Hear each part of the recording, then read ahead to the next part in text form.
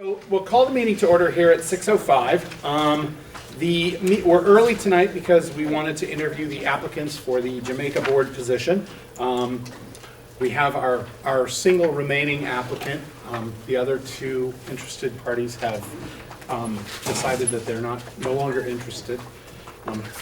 I guess we're scary guys. They watched us on TV or something. What did you see? The last woman standing.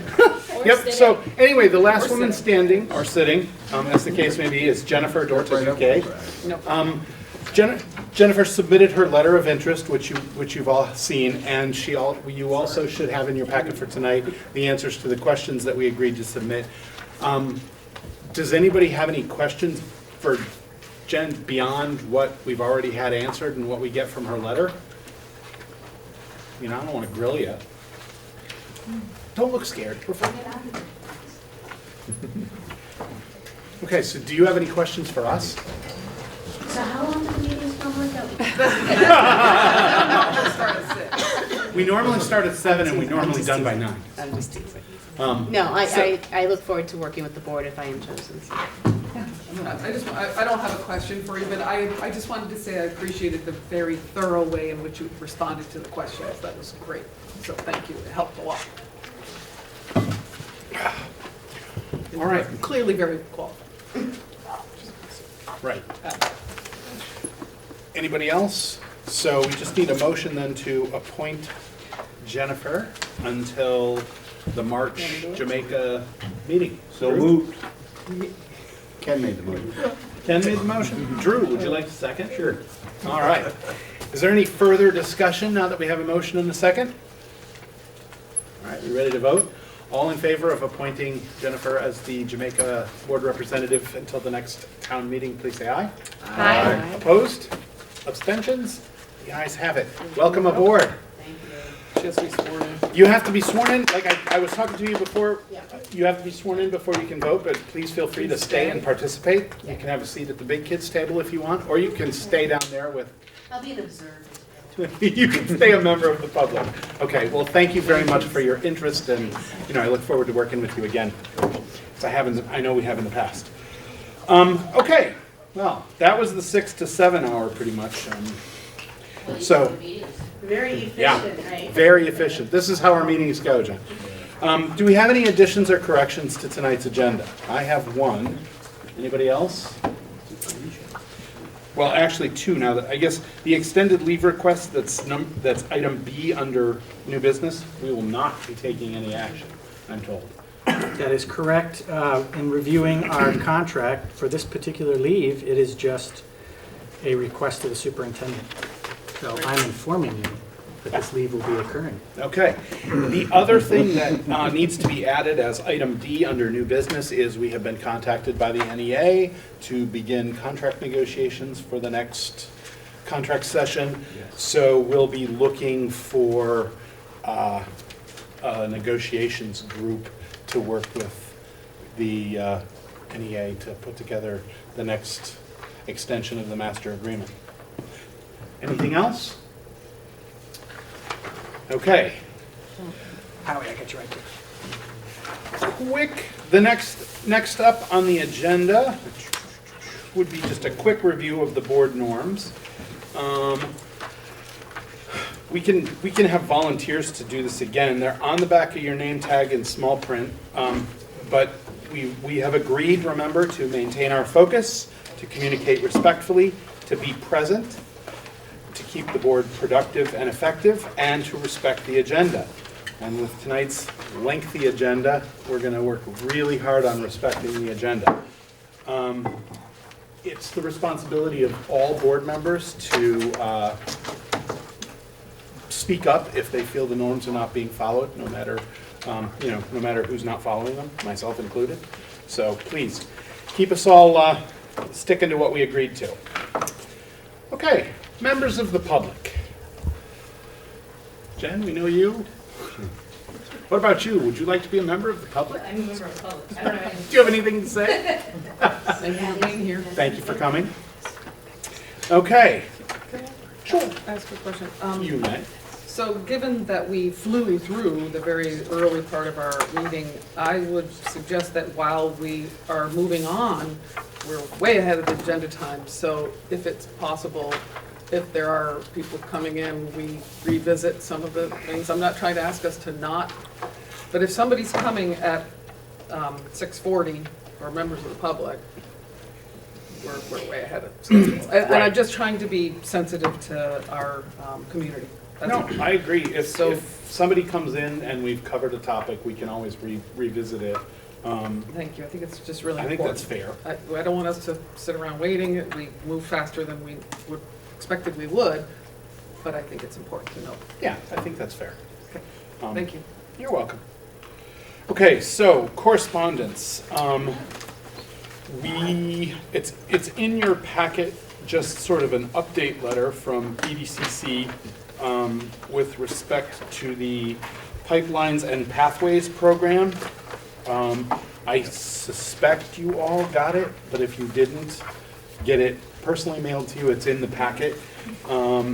They're not asking for anything, they're just sort of reporting on how it's going, and I know that we use that program at the high school quite a bit. I mean, we're getting a lot out of that, right? This is Christy Beatty's work. Oh, yes. Yes. Absolutely. Yeah, so, you know, if anybody has questions about that, we might be able to get them answered or find out, you know, if you're interested in more, I'm sure we could ask Bob questions during his report. Yes, ma'am. I just wanted to say that I had some feedback from the other side of it, saying how appreciative they were of Leland and Gray and the collaboration that has been happening. So I just wanted to note that and I want to share my appreciation as well, because this is really important, and this is an amazing report coming out of here. And this is, to me, first steps of what we can achieve. And I just wanted to thank you, because I have heard that Leland and Gray's been really responsive, a lot of back and forth and a lot of collaboration between this program and the staff. And Yeah, just last week, we sent our entire ninth grade, they funded, EDCC funded 12 buses to set up some tours of local businesses. And so we sent our entire ninth grade to Brattleboro to tour 4 different businesses as part of this program as well, so it was very cool. Fantastic. So thank you for, Yeah, Terry Davison Burger is really the one that's doing the. and so share that, please, from us. What were the businesses? I don't think I heard that. Oh, It was a screen printing place and a yogurt place, but those are the only two I remember. Commonwealth. True North Granola Omega. and Omega. Omega. So, and they were one, I mean, BDCC set up the 4 Did, companies. did all the ninth graders go to all 4 businesses? No, each group went to 2. Okay, They're like half and half, yeah. Okay. That way the groups were small. okay. Thank you. Yeah, that's a great program. The other piece of correspondence is just, it's just to me, but I'll tell you about it. I've been invited to the BDCC annual meeting, which is in November, on the November 7th in the evening. And I figured I'd go and represent the board and just, you know, talk to them about the program and see, but I thought I'd let you know that I got invited. If anybody wants to be my date, I could probably bring you. Ah, Emily wants to be my date. No, she's going in another capacity. I don't know if I'm going to be able to make it. Okay. I'm going to try. So those are the 2 Great. pieces of correspondence I know of. Anybody else? Beautiful.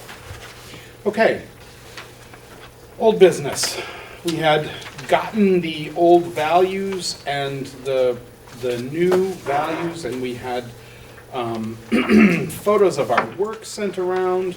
And, you know, are we to a point now where setting aside the combined values maybe that I had asked to be done, the one sheet where we combine everything, unless that's the direction we want to go, do we have what we want in the 3 different groups of values broken down?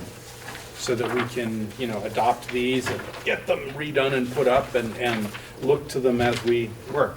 What 3 different groups broken down? Well, these are the 3 groups broken down.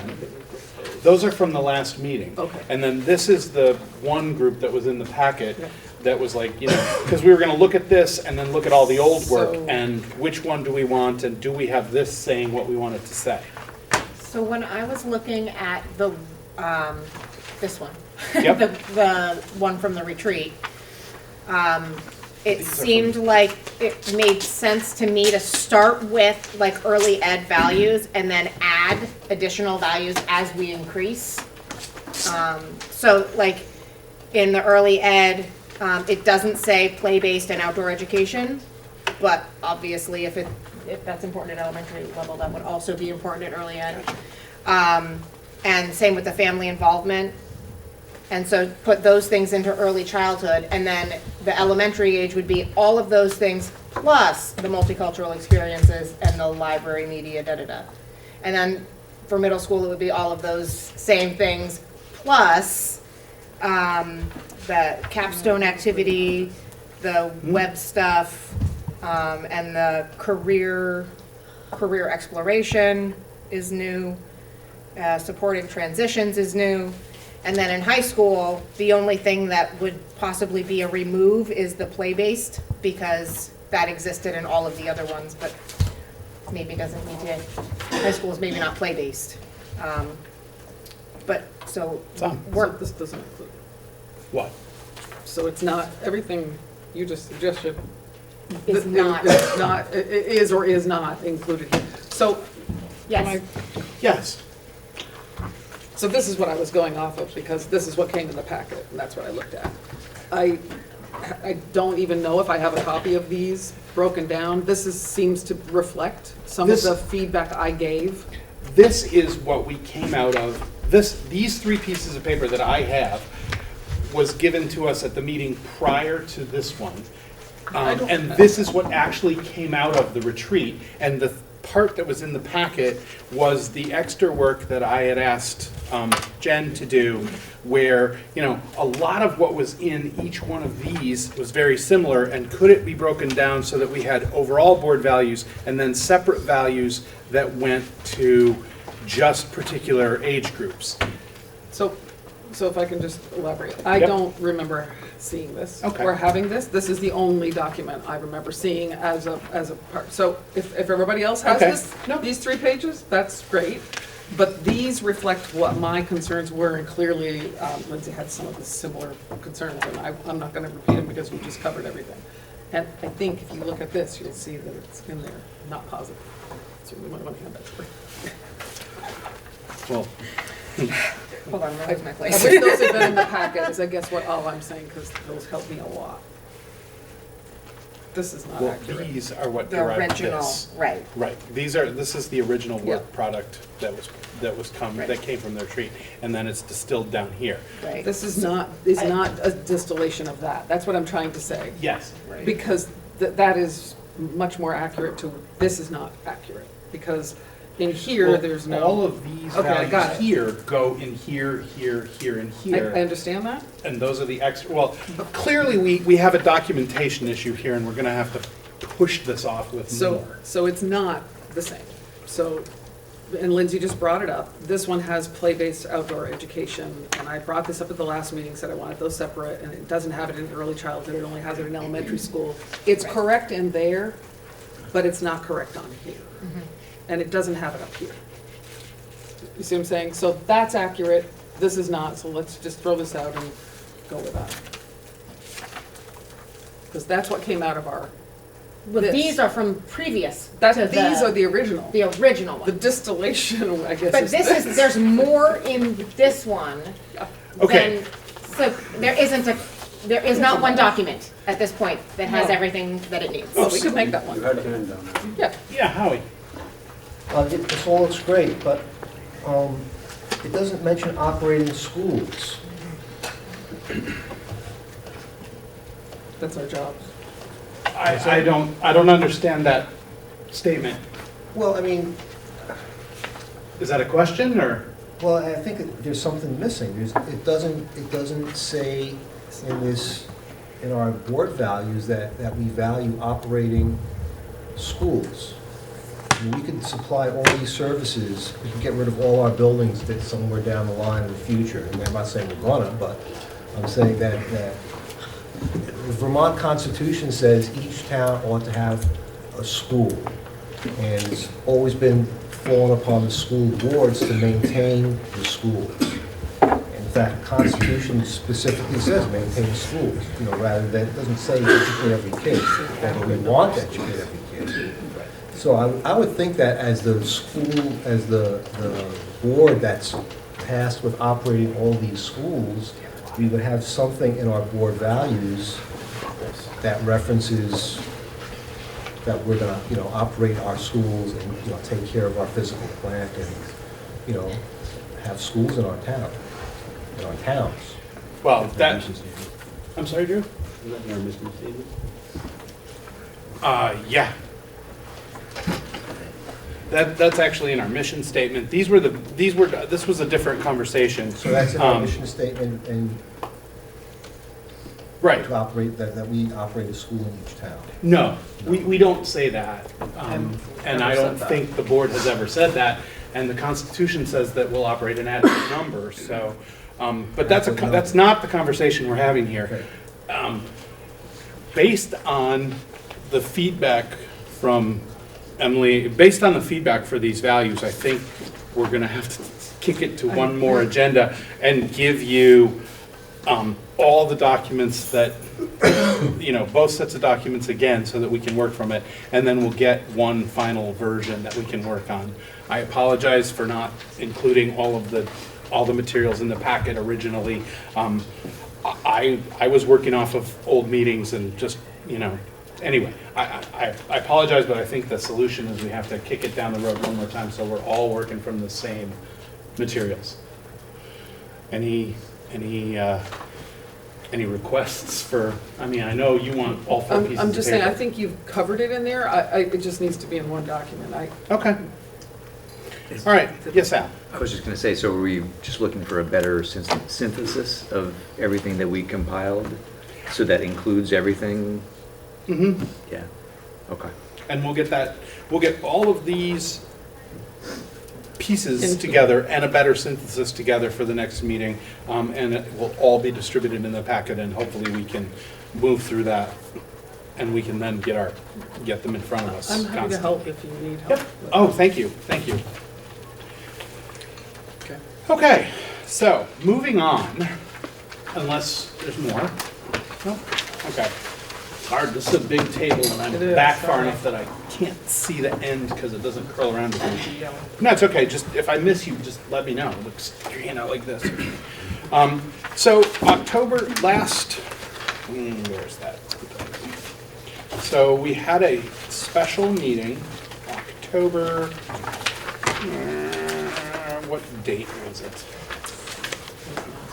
Yeah, it was last week, and I had the agenda right here. And then, It was last Wednesday, Joe. Tuesday, wasn't it Tuesday the 15th? it was October 9th. Oh, is that from you? We needed to have this meeting to properly, what was it? It was to adopt some special resolutions that the bond council had called that we needed to Right. certify to the bond. And basically to accept the money. Accept the bond. And the closing date of October 16th, which Right. it did close. So we warned this meeting, we had 6 people present, 1 by phone, and it was a very quick meeting. There were 3 motions to adopt some pre-printed resolutions, to make Lori and Bill authorized representatives, and to actually accept the money that were all passed. And given the fact that this was a very small, very quick meeting, we have discussed with the Secretary of State that it would be appropriate for us to reaffirm the actions taken at that meeting, just to make absolutely sure that anybody who wasn't here had a chance to voice their opinion or speak to any of those different subjects. We've done everything properly, the meeting was held properly, warned properly, and all of that, and the motions and the votes still stand as they were. However, since it was quickly done, we can reaffirm that. I'll make that motion. Okay. Is there a second? Second. Thank you. Any further discussion on that? All right, hearing none, all in favor of reaffirming the actions taken by the board at the special meeting held on October 9th, please say aye. Aye. Opposed? Abstentions? I'm abstaining. Okay, the ayes still have it, motion passes. Thank you. Okay. Man, we're flying. We could take a break. No. I'm kidding. Lori, it's you for the quarterly financial report. And I'm hoping no one shows up at 7 o'clock going, I was here for the quarterly financial report, so you'll have to do it again. You can give them my email and. Give them your address. So if we could look at this long document here first, that would be great.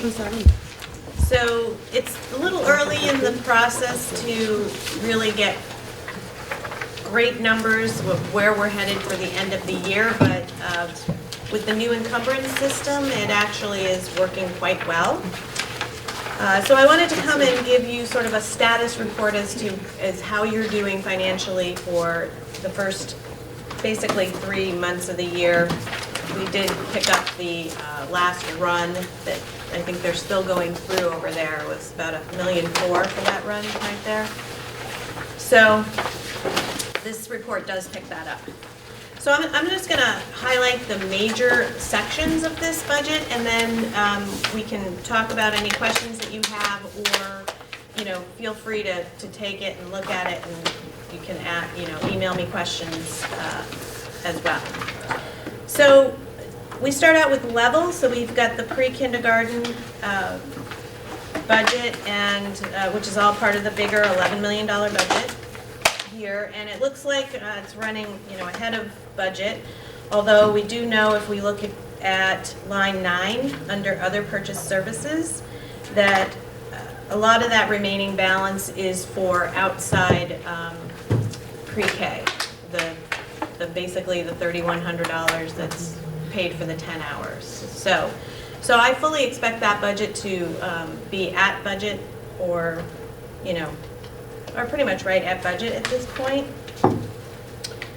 And then jumping down to elementary, it goes through, you've got your direct instruction, and then some specials that are at the elementary level. And we come down to line 78.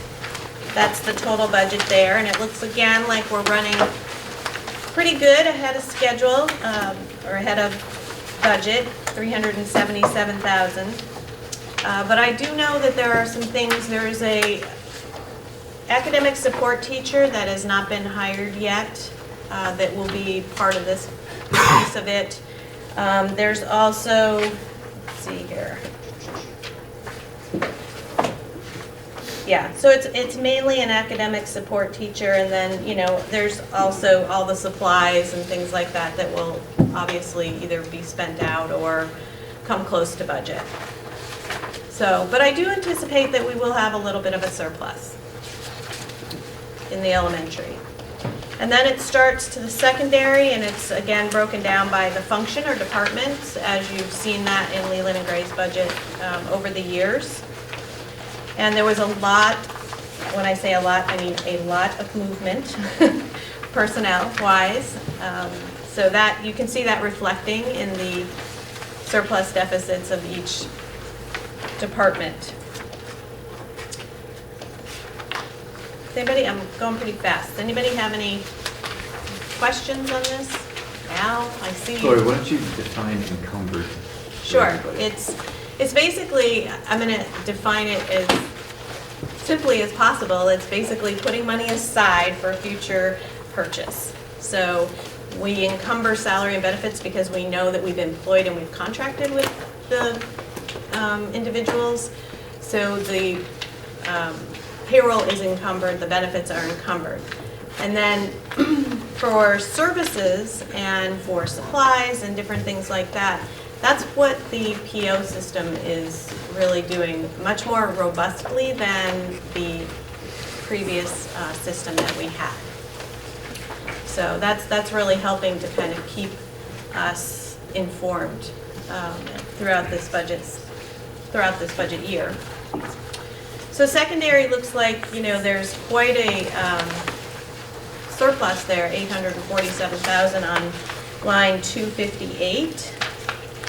But again, there are some things that are just not in there yet, some things that need to be moved, like the Journey East money needs to be moved to the Journey East Fund. There's some staffing changes yet to come. And the Career Center, for instance, on line 174 hasn't been encumbered yet. So there's some definite things coming down the pike on those as well. And then the last part of the budget, yep, sorry. Where do you anticipate that landing? Actually, my calculations, I think you'll be a little bit of a surplus on that as well. So, not by a lot, and it really depends on some personnel changes that might be coming up, but I think a surplus rather than a deficit. So those are always good to hear, right? And then the last part of the budget is the basically the location-wide, which involves the board costs, the capital, the debt service. There is some building operations in here. Now, this was the money you set aside for some building improvements and also some consulting fees. That's on line 295. So again, we know that that will get spent out or at least down. So when you're looking at the total and you see, oh, there's $1.9 million left, really, a lot of that will be spent. But from my standpoint, looking at this and looking at what is left to spend, I do feel you are tracking very well. So that is good news. Any other questions on this budget? No? I want to look at this other sheet that, this is sort of a first look. We haven't really been able to get to this point yet, but these are basically, they're the fiscal year 19 ending fund balance projections, and they are unaudited. So we are through our audit, they're just finishing up a lot of things, so there could be some changes to these numbers, but we think that we're getting pretty solid. So the first grid that I want you to look at is general fund outlook. So this brings in all of the surpluses and deficits for all of the different towns or school districts. And so it looks like you're starting out with roughly 350,000 surplus. So that is good news for West River to not be starting out in a deficit situation. So, and I did, put in the different school districts and how they shook out at the end of the year, just so that we, you all represent the boards too, so you can see that as well. And then the next grid down is the capital fund outlet. So there was some capital money that came from different school districts that are being combined. And the special revenue outlook,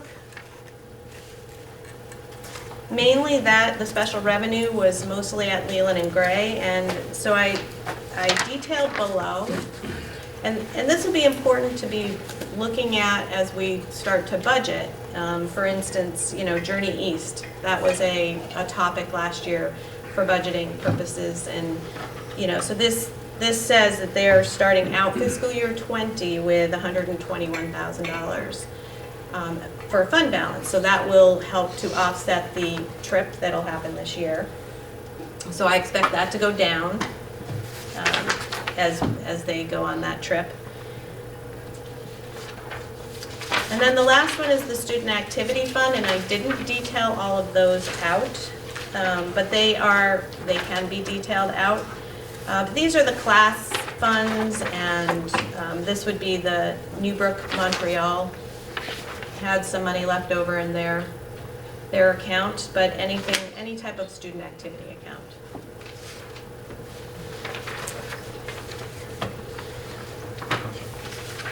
so that our $350,000 surplus is on a total budget of what? 11.7, 11.7, yeah.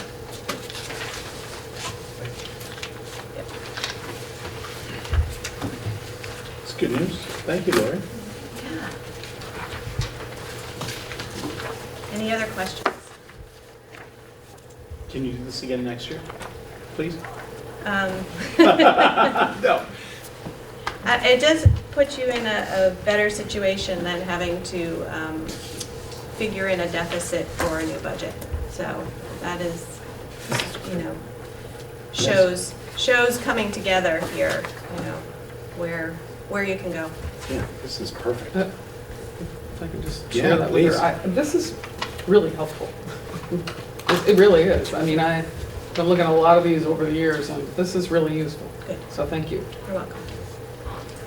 I see heads nodding. Ow. Yeah, no, this is fantastic. Would the fund balance be offsetting, or would we, yeah? So that's what has to be decided. You as a board have to decide that. And of course, like I said, these are unaudited, so we're going to wait till the audit comes out. Right. But the board will need to make a decision as to whether to put it into special revenue, or, I mean, like a capital reserve or something like that, so that it can be used.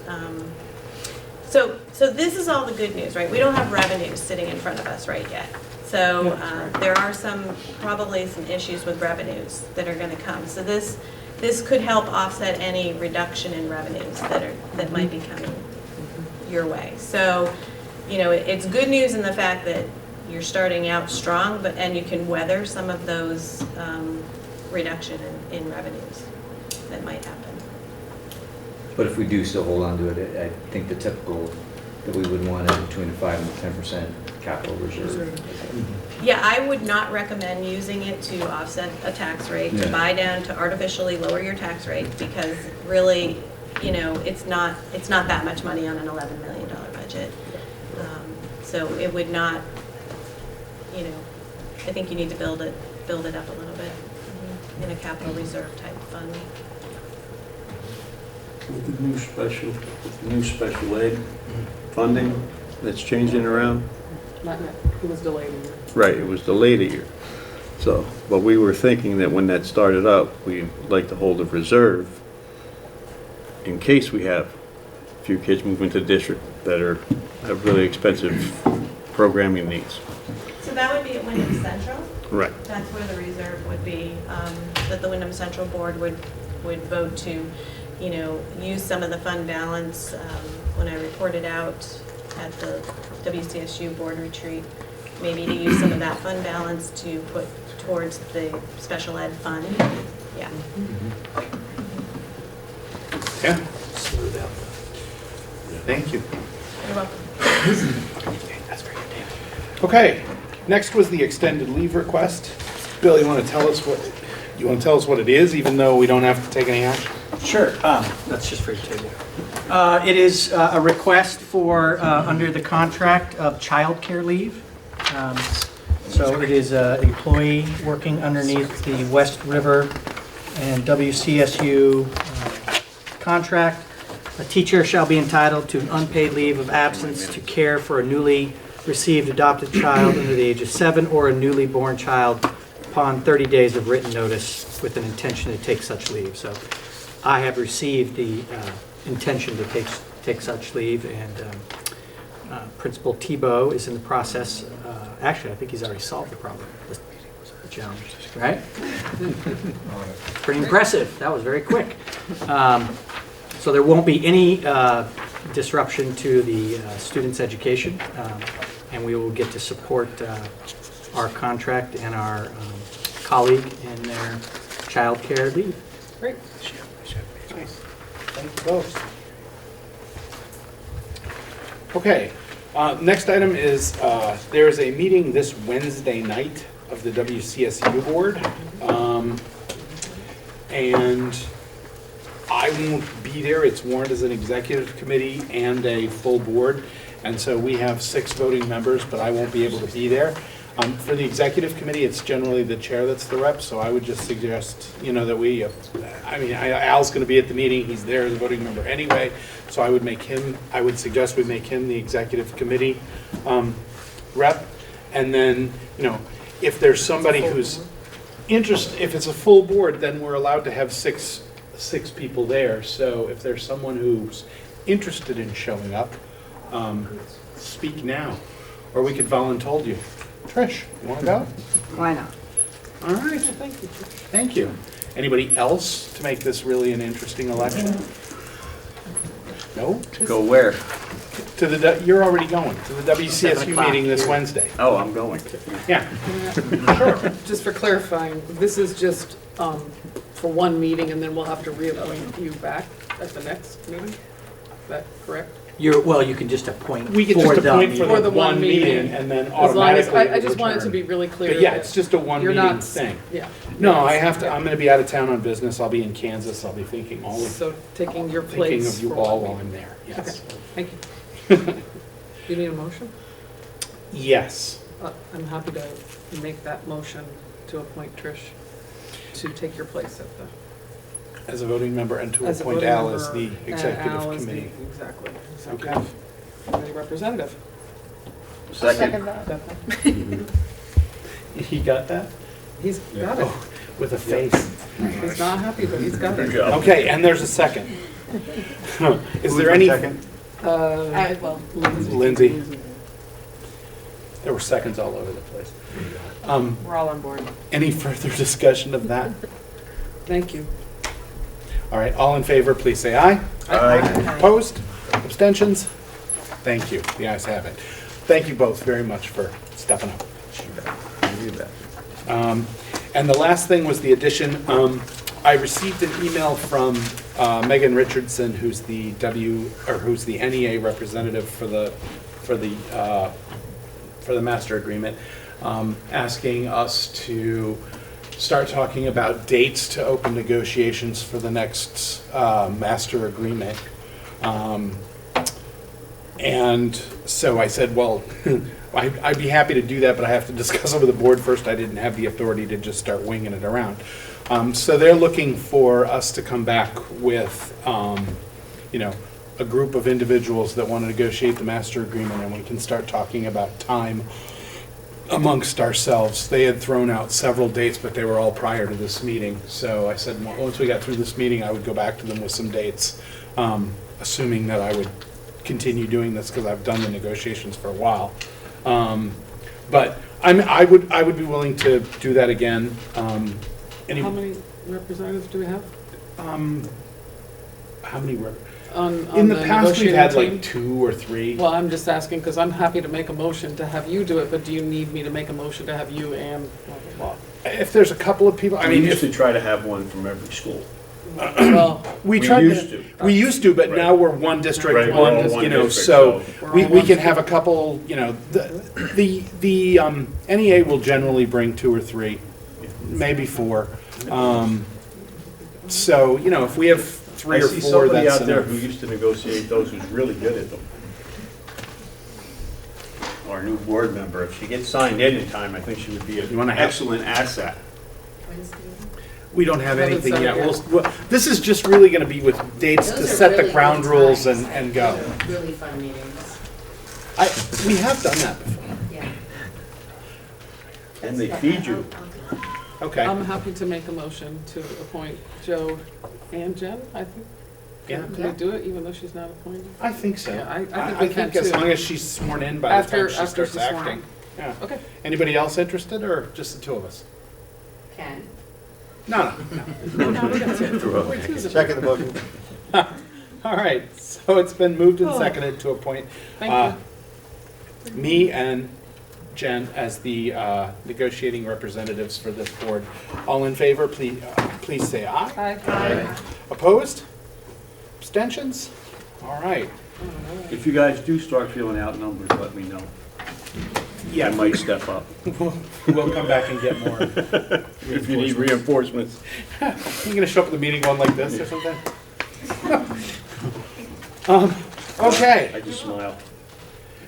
Wow, we're flying through this agenda. Meeting over before it starts. Yeah. So we're now 45 minutes ahead of schedule. Administrative reports. We had talked about the student board members reporting out, Yeah. and they have chosen, I guess, to speak rather than write, right?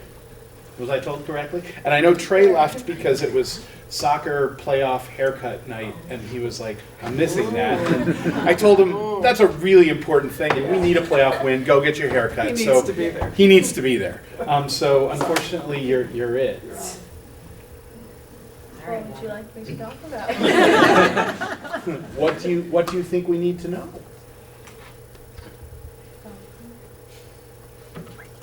I don't know. What's the biggest issue at school for you now? Lots of homework. Unfortunately, we're in favor of that, so. I don't know, just kidding. Is it part of our values? We never sell. I don't remember that being part Values of our was, values. homework was not our value. So is there anything going on that you're aware of that we need to know about? Does anybody have any questions for Abby? I have one for you. Did you ever figure out what that check next to your name was? Oh, I did not. No? Do I have a typo underneath? Abby, is there No, anything no, with it was- the building or, social aspects at school or sports, anything that you want more of? Less of? Besides homework. There's a camera? I think she's on record for less homework. I was told I was supposed to talk. By What about the new food program? Any thoughts on that? so far? Well, I didn't get school lunch last year because I didn't like it, but now I get lunch every day because it's free for one thing, which is great, and it also tastes really good. I get the sandwich bar a lot, which is really good, and I've heard the elementary schools want that as well because they only get a hot option and not the sandwich bar. There's the line for the sandwich bar is like across the entire lunchroom in like 5 minutes. It gets like really crazy in there because like everyone eats lunch now, which is super good. And I'm guessing they're gonna need another panini press because everyone wants grilled cheese. It's getting packed up. See, now that affects us at budget time. Thank you. Thank you. Good to know. Is that part of the building committee? A new panini press. There's gonna be a line item. Yeah. Yep, it will be. It's good to know. That's really great. Thank you. That is helpful. Sorry to put you on the spot. It'll be Trey's turn next meeting. Unless anybody have more questions now? Thank Okay. you. Thank you very much, again. Okay, we've got principals' reports from all of the principals. Thank you all very much. Does anyone have any questions after reading these reports for any of our principals? Also, if you have questions, I know you didn't submit the report, Bob, but you could probably answer a question on culture and climate, right? If there was one? I can try. You could try. Yes, Trish? I have a question for Bob. You mentioned in your report that you attended training in Better Conversations Every Day. What were those conversations? With whom? So there was a program that's put on by the Center for Creative Leadership, which is a leadership training organization out of North Carolina, corporate trainers. It's a whole backstory to this, but they've, through a very generous donation from a woman who passed away from Vermont, set up a foundation for Vermont educators to be trained in leadership. I went through the training in the first cohort 3 years ago now. And pretty powerful training that they did, including all expenses paid in North Carolina, do the training, come back, 2 sessions up here. It was like a year-long program, incredibly reflective leadership program. Part of the funding that they had expanded into some additional trainings, and this one was about how to have better conversations. So the gist of it was that there's a spectrum of leadership styles, from giving advice to asking questions and everything in between, and trying to get us as leaders to be better at asking the tough questions. and really getting people to solve problems themselves rather than trying to solve problems for them. So it was a very good, it was just a one-day training, but Bill and I have talked about potentially bringing it to the leaders here. I think you're going to. Yeah, so after Bob went and we met, he debriefed me, I'm now going December 3rd. And then Bob and I are going to get back together and see if it would be beneficial for the entire leadership team to go through the training. The Center for Creative Leadership is really high level. It's very kind of rare for us at the level we're at in the world of high caliber executive training to get access to this level. It's normally corporate CEOs, VPs, EVPs.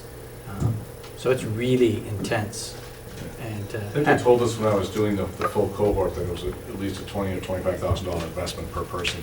That was all fully paid for by this state, this Dr. Waddington. Thank you. So basically I'm trained to ask better questions, to support teachers and do coaching and so on and so forth. So. Great, thank you. wow, you read it. That's phenomenal. I'm proud of that. You read it. So kind of just a general question about culture and climate for everybody. I'm a firm believer in management by walking around. And so obviously to assess culture and climate, what changes are being made, obviously we see it in the numbers in terms of behavior issues going down. What kind of things are you doing in terms of getting out to the classrooms and assessing? You're asking all three of us, or? Sure. Sure. One of the things that's part of the actual supervision tool that we use is informal observations, as well as, actually Craig and I just created a walkthrough document that links to the culture and climate part of the framework. And so I just started doing that as well, both at Jamaica and Leland and Gregg, particularly mostly with the middle school. The other piece that we've done is put into place walkthroughs in particular areas, particular subject areas, and then I will send just a brief email or leave a note with the teacher about that, but I've been tracking that to get a sense of how we're doing in particular areas. Part of the district STIP goal is about culture and climate, and so we've identified 2 areas that we're looking at. That's what I've been doing. Great. Well, and Pam, I would share that you are developed the culture and climate survey to go around to pairing up. You could talk a little bit about that. Yeah, so we also put together a survey document so that in the future, hopefully within the next month or 2, all of the principals will go out to all of the schools to do quick walkthroughs as well, which is exciting for me because I'm not even sure I know where all of them are located. And so I've done it in another district, and it's worked very well, particularly for the teachers and the kids, to not only see other familiar faces that maybe they've seen in the past if Scotty comes to the middle school or wherever, but it really helps to pull together the goals of all of the individual buildings working towards a common goal. At Newbrook, I think the best way of checking in on the culture and climate of the school is during the most unstructured times. So I try to be out on recess and in the lunchroom as often as I can. Bill and I and Mickey from Wyndham just developed a tool to be used specifically for math walkthroughs. I've set a goal to do 4 of those walkthroughs a week. I like to spend time in the classrooms, and I think giving very objective feedback to teachers is the best thing we can do, and doing it as often as possible. We're a PBIS school, so what that means is positive behavior, intervention, and supports. And what that means is that at the beginning of the year, we teach specifically our expectations, behavioral expectations in every venue. So we teach it in the hallway, in the classroom, in the bathroom, in the cafeteria, on the playground, and on the bus.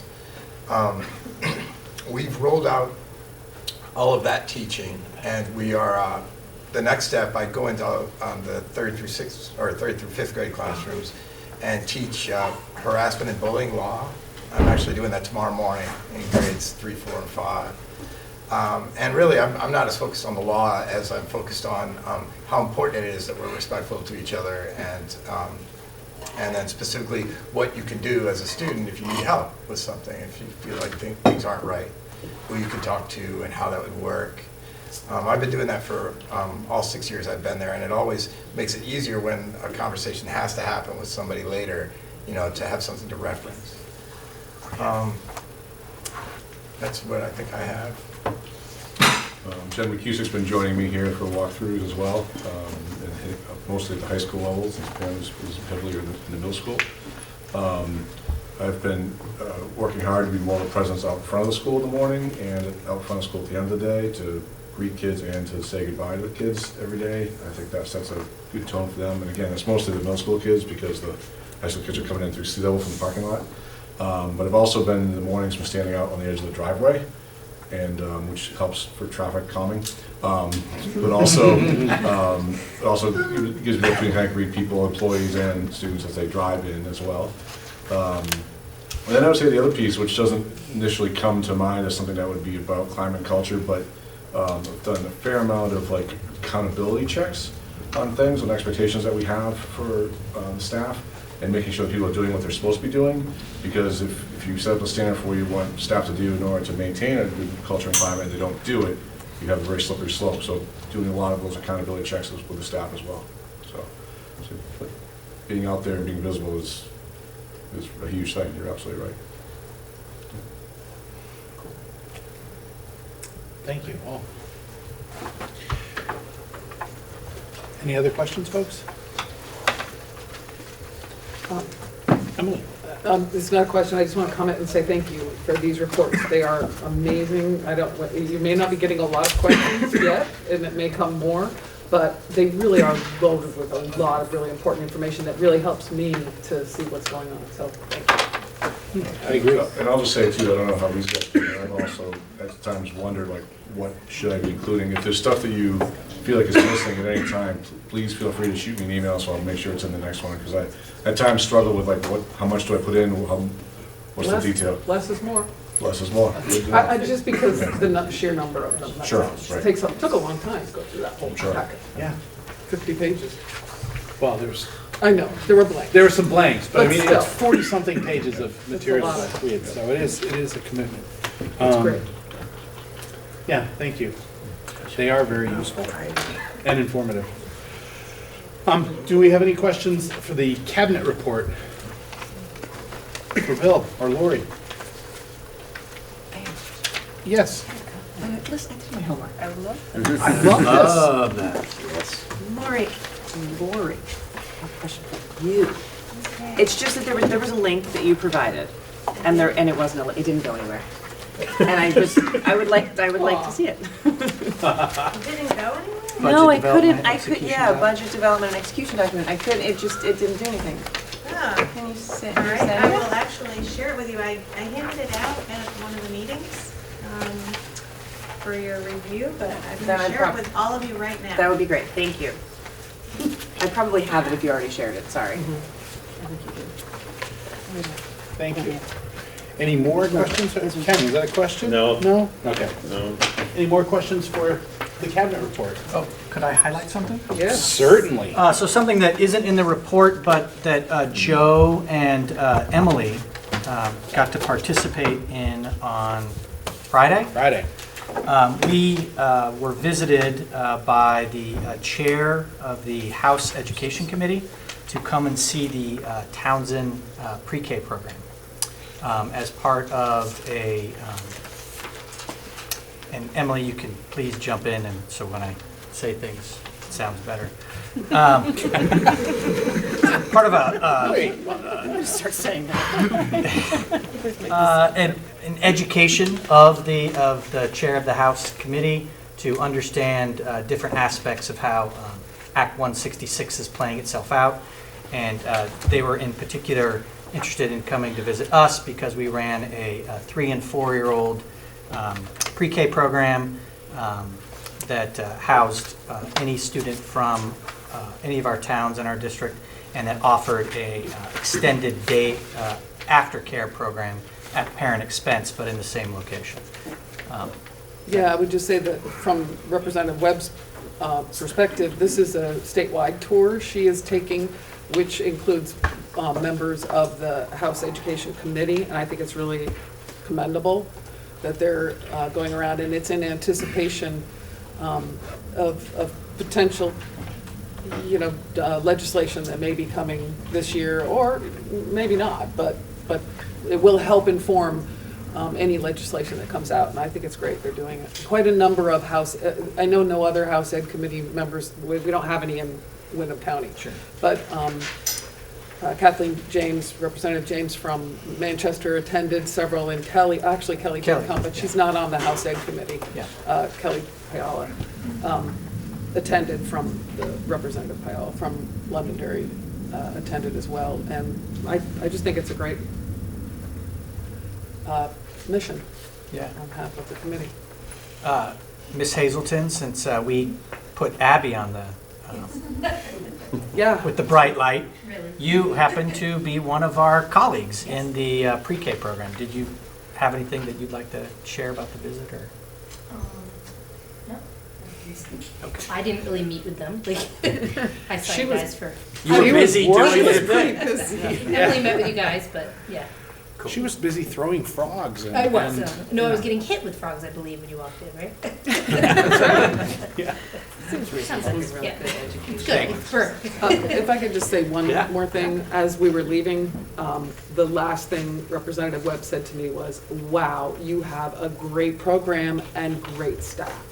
And she was saying it. She's an educator, has worked in, she's a speech language pathologist, retired, and has worked in pre-K programs, and she was quite impressed, is what she told me. So just wanted you to know that. Thank you. Yeah, I don't have the education background, but it was an amazing experience to go through there and watch those little kids. And it looks like chaos a little bit, but there's a lot going on. It's really, and there's a lot going on. And They that's were what she really said. tuned in, just, and they were also a lot of fun to just interact with. Anytime you get to visit. Oh, yeah. Yeah, it was. If I could just say, because you brought it up, that was one of the things that Representative Webb noted, being an educator herself, that it wasn't just that the students she understood about the organized chaos, but she said as she looked around, every child was connected and engaged. And it was, really clear in each classroom that was happening. And so that was quite impressive for her. Because there's a lot of kids. There's a lot of Yeah, there are. So thank you. Okay. I was going to say, I was giving him a little bit of time to filter in, and then that's exactly what I was going to do. Unless someone objects terribly, this meeting was a 6 o'clock meeting, not a 7 o'clock meeting, and then the thing that we thought would take a while didn't, so we're way ahead of the agenda. So I apologize, and we had talked about it earlier, since you all just walked in as members of the public. If you have something that's not on the agenda that you wanted to discuss, we would like to hear about that. If it's something that's on the agenda and we've passed it, we'll go back. And if it's still coming up, perfect. You didn't miss a thing. To tell them where we're at. We are, we're halfway through administration reports. We're at 8D. We're about to get to 8D, so if you're here for anything before that, we would need to go back. Or if you're here for something that's not actually on the agenda and you just wanted to speak to us as a member of the public. Well, I'll just jump in because I think you guys are curious. A lot of us are here. My name's Sarah Vangel. I'm a parent of a child who goes to Timpson Hill Preschool in Newfane. A lot of us are teachers here and members of the board from Timpson Hill, and we knew you guys were going to be discussing pre-K in Newbrook, and we wanted to just provide some input. Looks like we didn't miss that agenda. You didn't miss that agenda item. I had a feeling you'd be coming. Yeah. You do? Just here to have fun? Here. All right. well, welcome back. All right, so then we'll keep going, and we'll get to you'll be up shortly. Proficiency progress presentation. Wow, you did that on purpose, didn't you? I don't think I did that. Bill. So that's you. the wrong way. Okay. All right. So, yeah, I apologize for this being behind you.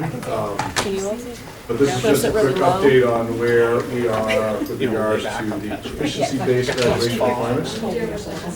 Right, over here, sorry. I told you I would, didn't I? Sorry. And then I lied, and I went over there.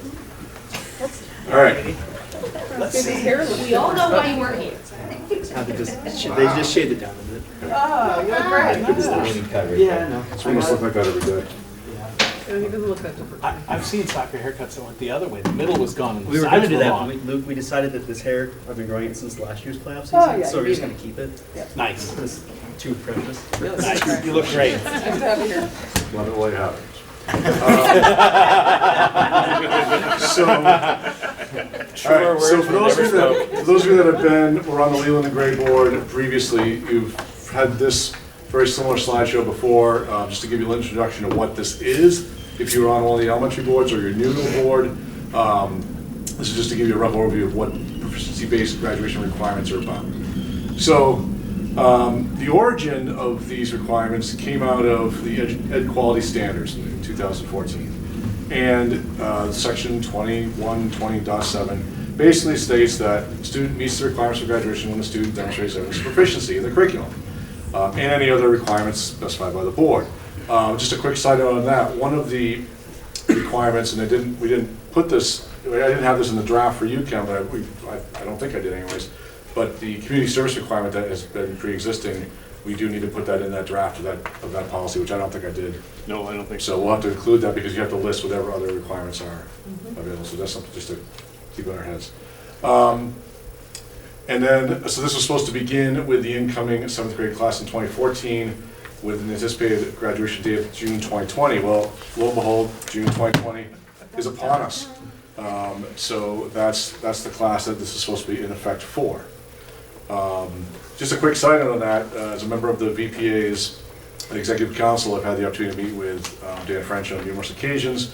We've pushed him on the deadline on this, and his response was basically along the lines of, no one's coming to arrest you if you aren't ready in time. We emphasize quality over quickness and make sure that you do it well rather than do it on time. So I've taken that to mean that we're okay, because we're not ready. We always do a quick side note here because a lot of students, well, if you're identifying proficiency is defined as expertise. So how does this impact special education students and 504 students? And it does specify in the quality standards that the students shall meet the same requirements as their non-disabled peers, but then gives you a little bit of an out in an accommodated and or modified manner.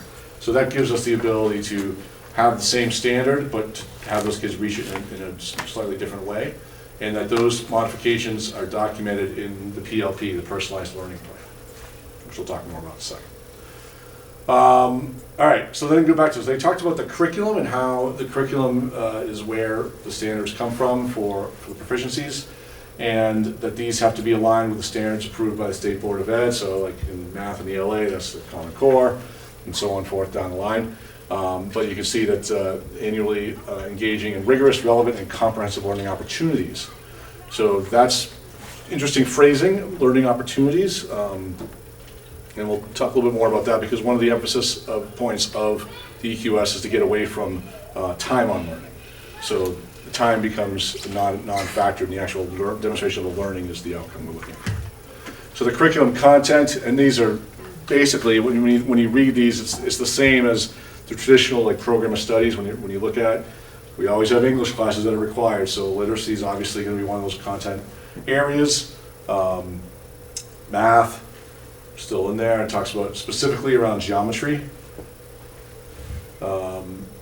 science, life, physical, earth, space, and engineering. It talks about global citizenship, where social studies traditionally would be considered underneath, as well as world language. Physical education and health, and that one is very specifically defined in the statutes. artistic expression, and the transferable skills. And those are the areas that sort of cross along all boundaries of content. I'll share this with you guys so you don't have to worry about taking notes. I'm seeing a lot of you have your pens out. The graduation requirements. So one of the things that the law said was that, I'll get this down. Schools may or may not use credits for the purpose of demonstrating the student has met the requirements. So if you think back to our experiences as high school students, many of us, I'm sure, went through a very standard Carnegie-based unit system like credits. And so what they're saying here is that you can continue to do that if you wish, but you don't have to. But it basically says that you have to demonstrate proficiency in order to attain that credit if you're going to use credits, and it shall not be based on time spent on learning. And students may receive credit for learning that takes place outside the school day, or the classroom. However, that learning must occur under the supervision of an appropriately licensed educator. All right, what does this look like? So there's a couple different ways this could look like. The traditional route. So we could take a very traditional approach to this, and some schools are doing this, and it's varied. As many high schools as there are across the state. There's different approaches. So the traditional route is to keep your courses the same, keep grades the same, keep credits the same, and you're simply aligning the proficiency areas with the existing coursework. And therefore, for example, if you have 5 English proficiencies in the literacy section, by the time you finish English 9, you've met one of those. And the English 10, you've met another one. Or maybe the 5 are sort of spread throughout them all, interspersed. So by the time you've finished English 12, you've met all 5. And if you've passed the classes, quote unquote, passed the classes, then you've demonstrated proficiency. So that's one way to do it. There are schools that are doing that, and that's fine. The state has left that to boards individually to determine how that could look. I feel like that's a fine method. However, I feel like there's a better route that we could go, which I find as the progressive route. And I think I viewed this as the same way as a lot of my colleagues have, that this is an opportunity for us to reinvent what's happening in public education. Between the multiple pathway stuff and this work, you really can do some really cool things. So what we do is instead of having seat time and those kinds of things, we have opportunities to demonstrate proficiency, and those can happen in lots of different ways. We document that that's happened. We can make it highly personalized. It's driven by the standards still. You have grading that's driven by the standards, which means a shift potentially in how you do grading. Instead of the standard A, B, C, D, and F system, you could come up with things that are standards-based, where you're demonstrating proficiency with distinction, or maybe not quite yet. That has challenges, which I'll talk about in a second, around how we report out. But that's my thinking on that. And I'll just give you a quick example of this. Right now we have our senior project-based academy running, which is new last year. What that looks like is we have some students who are taking a class for I'm going to do this in air quotes, English and social studies credits, all right? But what they're doing, they're meeting those requirements for senior year. But what they're really doing is they're exploring a course of study that they want to explore. The standards are really based on skills, not content, in English and social studies. So what they can really do is they can explore whatever they want. I have a student who's doing a study on poverty and what the impact of poverty is to students and how schools can change what they do to better assist students in poverty. So that's pretty incredible. And this is counting for her English and her social studies credit. So it's the research, the presentation, the writing, the reading, all those skills that come together to create this one. Another kid for the exact same credits is doing a study on heart condition, which is for this particular student is a very near and dear to her heart, sorry, bad pun, based on her life. And so she's researching that and sharing her story and her information. So highly personalized, heavy buy-in from students and the opportunity to demonstrate proficiency in different ways. That's the progressive alternative that I'm talking about. So we need more of those kinds of things. All right, challenges to that, yes, particularly if you're dealing with alternative grading. A lot of parents are worried about, well, my kid, what about valedictorian? What about GPA? What about how all these things kind of play together? Well, a couple things. I'm going to step aside for one second and just talk about the green and gold, because that's something that people talk about a lot. Most folks know that UVM offers a free tuition scholarship to the highest academic student from each high school in Vermont. And that's left to the determination of the principal as to which student that is. In other words, It doesn't have to be the number one student. In other words, I don't have to rank my students. In other words, we can use other factors. So proficiency with distinction, how many times you get that could be a factor. What your course load is, what the demands are, all sorts of factors we can use to determine that. So that doesn't go away. In fact, it really makes it tougher for me to pick because the kids' learning experiences will be so personalized. But getting back to the main point here, how do colleges deal with a system that could look like this? Well, right now, there's a consortium in New England of 81 colleges and universities which have given public statements in support of proficiency-based graduation and their agreement to accept students from those schools and to take in their transcripts and to analyze them and to figure out how to make those work in a competitive way of accepting students. There's some schools on there like Harvard, maybe you've heard of it, Tufts, MIT, Bates, Bowdoin, basically some of the major private schools, and also all the state schools, and all the state colleges that go along with the universities from each of the 6 New England states. So a pretty extensive list of schools that will look at those transcripts with a proficiency-based system and not have it penalized, which is what a lot of parents are worried about, how will that penalize my kid. So that's out there. I know I'm going pretty quick, but Monday Night Football is on tonight. So, so in the end, what this looks like is that the departments have to decide what proficiency looks like in their area. They have to determine what the specific proficiencies are and what will be taught, which they've been doing. We've been working on this for a couple of years now. Which ones will be tracked for graduation, because you don't have to have every single one of them count towards graduation. Some of them can be, standards that sort of build towards that upper proficiency. In other words, priority standards or power standards, depending on what you want to call them. We look for ones in here that have endurance, that have leverage, and that provide readiness. So those are the kinds of things that we're looking for in those standards, which will obviously help the kids in all the other things that they do. So that's the thinking that the teachers are doing. The departments must also look at the progression of a student through the curriculum, whatever it looks like, and it used to be 7 to 12, now it's 6 to 12. So as the student progresses from 6th to 12th grade, how are we making sure that they're hitting all those standards? In the sciences, where it's like life, physical, earth, space, engineering, how are we making sure those are woven into everything that we do? And then they have to develop assessments to measure. So that's a ton of work right there as well. Developing the actual list of standards is the easy part in some ways. How do you measure them? And the proficiency scales that we use gets tougher. And then of course, then we have to make decisions about how we report that out. This is why this is a slow process. There's a lot of things involved, and some of it can be substantially different than what has existed. And some schools have rushed it in the idea of trying to make it by 2020, and some of them have had to backpedal on certain things that they've done. So we haven't had to backpedal, which is nice. We're learning from some of their mistakes. And then the last thing on here is the PLPs, the personalized learning plans have to be living documents. We've been behind the scene on that one as well, but this year through using Naviance, which is an application that has to do with the college process, and I won't get into all the details of it, but students are doing tons of career inventories, personality assessments, things like that that are tied to their choices they're going to make as they leave Leland and Gray. So that becomes, in essence, their PLP. There's a little thing with PLPs. So that we have to have them, and it's a written document, so on and so forth. There's a lot of work. We're behind the timeline. Departments are all in different places, although they're coming together. Although we've had staff come and go, so that kind of changes things. Some people are in multiple departments. Some people are in one-person departments. We're a small school.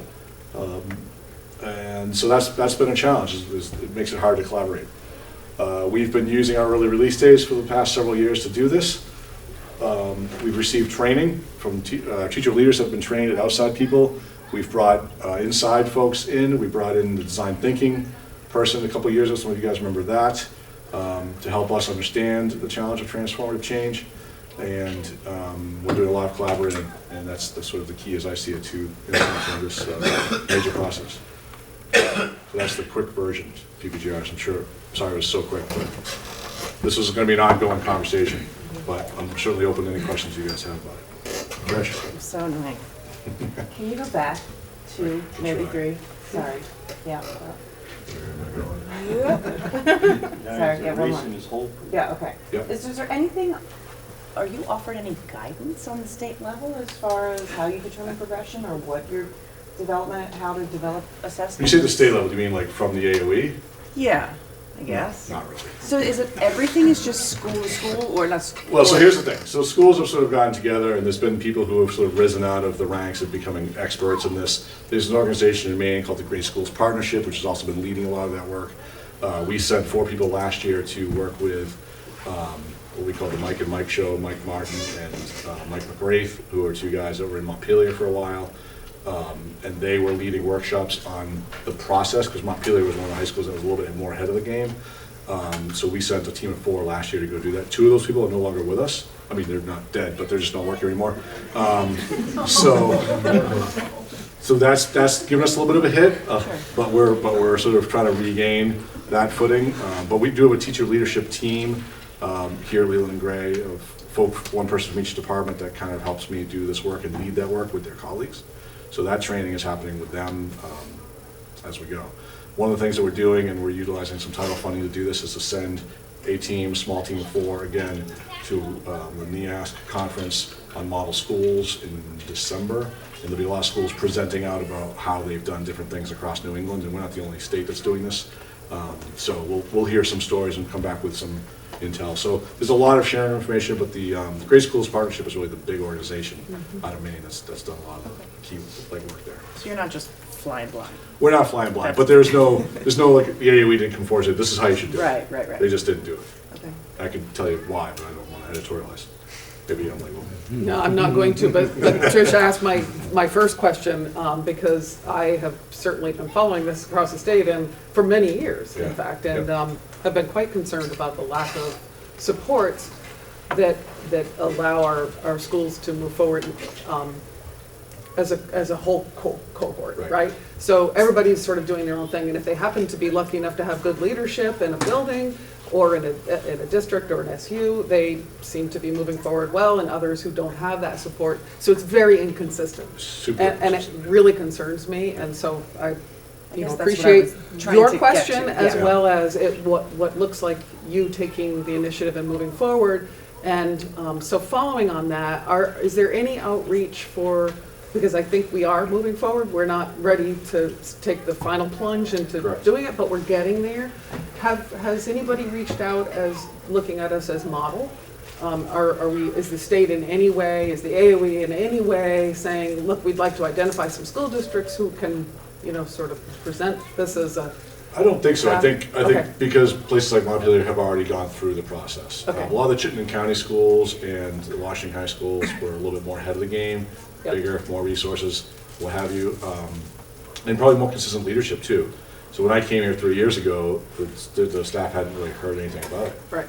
And that was 2 years after EQS was passed. I mean, I learned about it from your previous school a lot more, because it seemed like they were farther ahead at Springfield than we certainly were. We hadn't even talked about it. They've moved completely away from grades. Yeah, I was on the ed committee when we had a teacher, or I can't remember whether he was a Mike teacher. Ruppel. Yes, and came and presented to us, and I was quite impressed. Yeah. So my second sort of hope is that now that we're a merged district and we're pre-K-12, are we having this conversation district-wide so that we can start to prepare not just students, but parents and families, for what the future holds? And if not, do you see that in the future? To bring us... No, we are not. Yes, I see it in the future. That's... I think one of the things... And the reason I ask is because it's a huge change, right? And the earlier we can, if we're going to move forward with some of these amazing things that are happening here, I want us to be getting this out there in the public, and who do you start with but parents and families first? Well, and the reality is, because the elementary schools are already using standards-based reporting, it's not really a shift for parents if we just start doing that here in the middle school as well. The problem is we retrain them with traditional grades in the middle school, and then at the high school level, they're now expecting it. Plus their own experiences as kids as well. But I mean, if we shifted that in the middle school, then we'd have a solid transition of that, and they would never know the difference after a few years. So, but it's one of those things that I think the schools that have struggled with it have had very strong parent advocates of the students who really do well in school, arguing against the idea of losing that student-to-student competitiveness around ranking and things like that. And That's not just here, that's. well, that's everywhere they've done this, and it's not just in New England. This is happening in the Midwest as well. In fact, one of my I did a tour of a school outside of Milwaukee that was entirely proficiency based 4 or 5 years ago. So this, we'll get there. But what I've said to the staff is, when I heard Dan say that there's no one coming to arrest you, my response was, excellent. Then we're going to take our time. And if they ask in 2020 why we're not ready, we're just going to say, because we're not. What are you going to do about it? Which seems a little flippant, but the reality is, I'd rather do it well than rush into it and have us deal with pushback later on. Yeah. Particularly because it will come to you. And if they wanted us to be on time, they give us resources and support. There's that. I'm disappointed. Okay. So, I'm sorry, was somebody else first? I got a Oh, question go out there, ahead, I go got ahead. another question, I got you, I got questions all over the place. I think Christina was first, and then you, and then we'll go to Jen. Christina Wright from Townsend. I'm just wondering, what would the report cards look like? Are we looking back at the 1 through 4, like they had in elementary school, where you can't get above a 3 halfway through the year, and you can't, that was really... So it depends, is the answer. And when we get to the policy element of this, what I gave to Ken was a purposefully vague document, which said may instead of shall around the use of credits or not using credits, because I feel like there's a lot of questions that we haven't answered as a staff. So I can't answer that question. However, what I can say is what we're trying to do this year, and has some stumbling blocks around Power School and how to report it, is breaking apart academic gains and what students are learning in their content area with habits of work. So that you're not getting a grade that's a combined percentage of how on time you are for class, whether or not your homework's done, whether or not you forgot a pencil, all those things that can drive down the grade for a kid who actually learns their content and gets it. And so we're trying to separate those things. That's step one.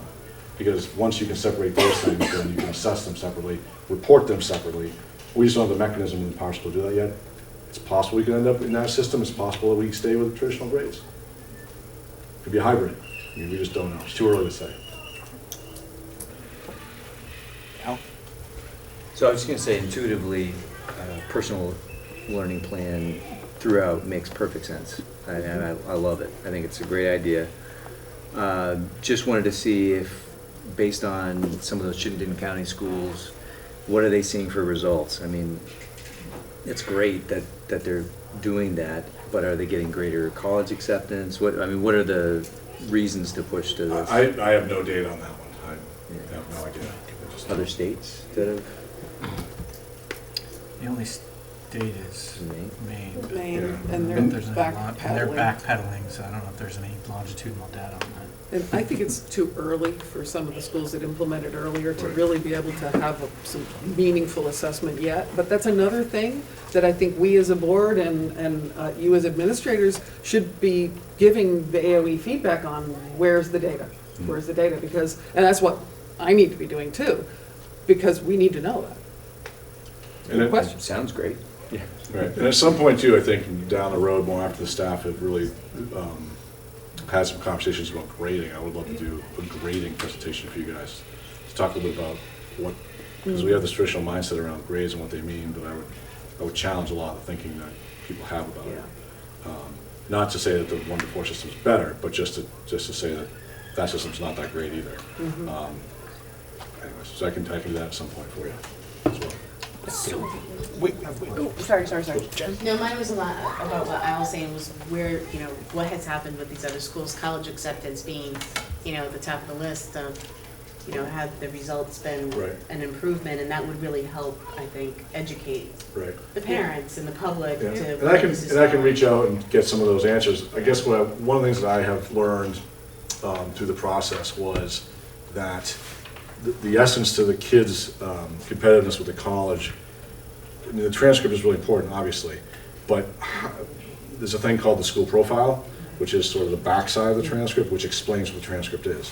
Now, traditionally, they're very simple, like, 90 through 100 They look today. similar to one another, so it's... Right, so it's like they're all But you gotta keep in mind that colleges, particularly competitive colleges, are getting things from private schools, international schools, home schools, public schools, online stuff. I mean, they're used to taking, But it's just would be interesting to hear what kind of feedback the college admissions are looking at them.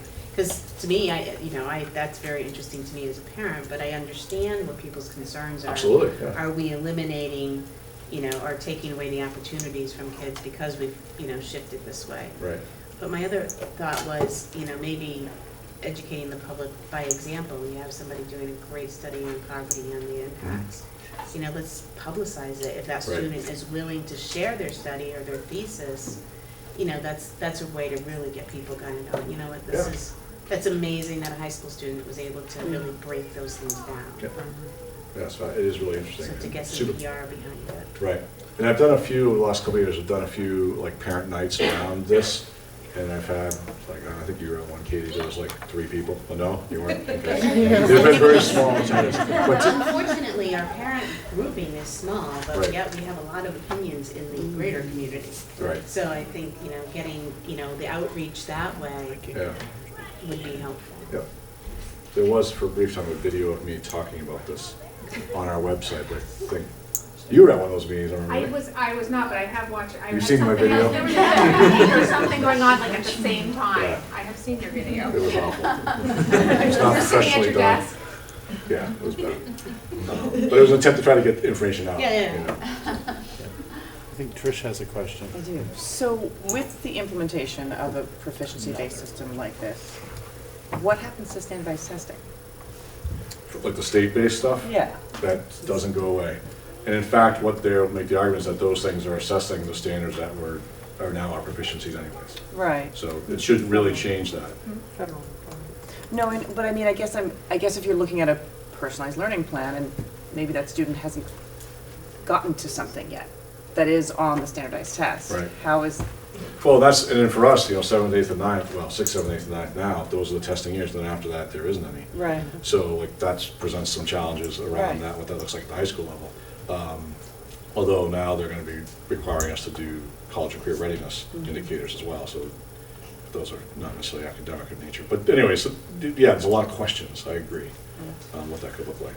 But yeah, it's I think that's why they identified geometry by the end of 10th grade on this very specific thing. As I think they want to make sure that you're getting through the content in a timely manner that would Right. actually help you on those assessments. So. How does this proficiency-based system deal with the kids that don't achieve proficiency?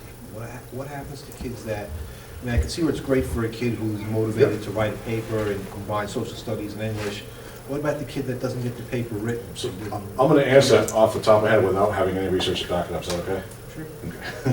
What I think will happen is, so let's say Abby's in a class that has 5 proficiencies she has to make in order to pass the class. And let's say she doesn't make it, let's say she gets 4 out of the 5.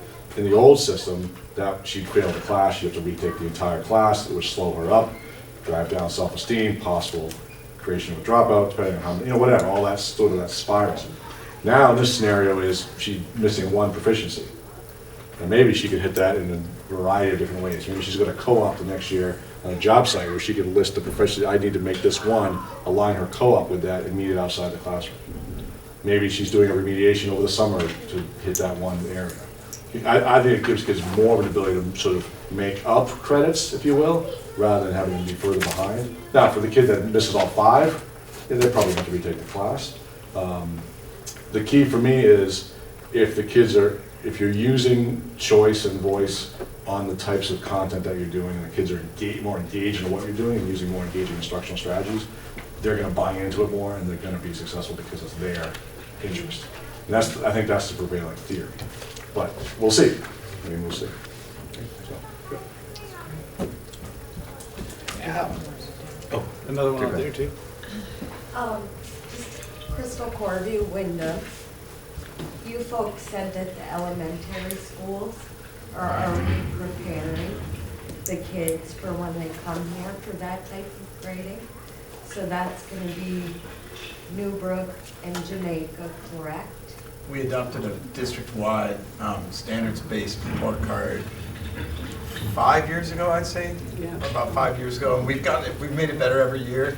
But the children are great scored on their proficiency 1 through 4 on a number of different standards, and then the standards are broken down into different disciplines. So for mathematics, there's a set of 3rd grade standards, let's say, and then ELA standards, and then PE standards, and even music standards and art standards.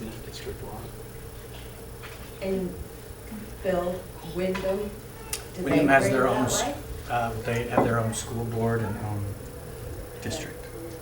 So they could choose to adopt what is provided, but it's a choice, it is not a mandate. Just wondered, just Yeah. because the Wyndham kids come here for 7 through 12, so seems like it makes sense to. Yes.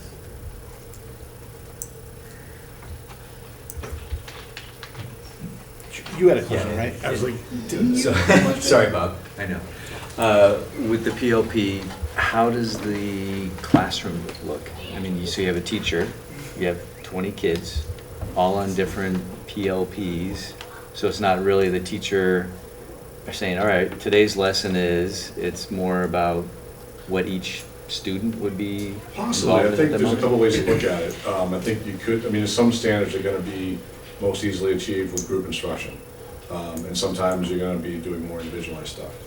When you think about reinventing public education though, it shifts the thinking from, I went to school to major in history, so I could come and like dump knowledge into empty vessels of students who didn't know any history, right? But the reality is like, the history is all here. So the skills that the kids need, they don't need teachers to dump knowledge on them anymore. They need teachers to help them understand which knowledge there is right and accurate, and discern sources and those critical thinking skills behind it. So that shift, I think, has forced a shift in how we should be educating kids.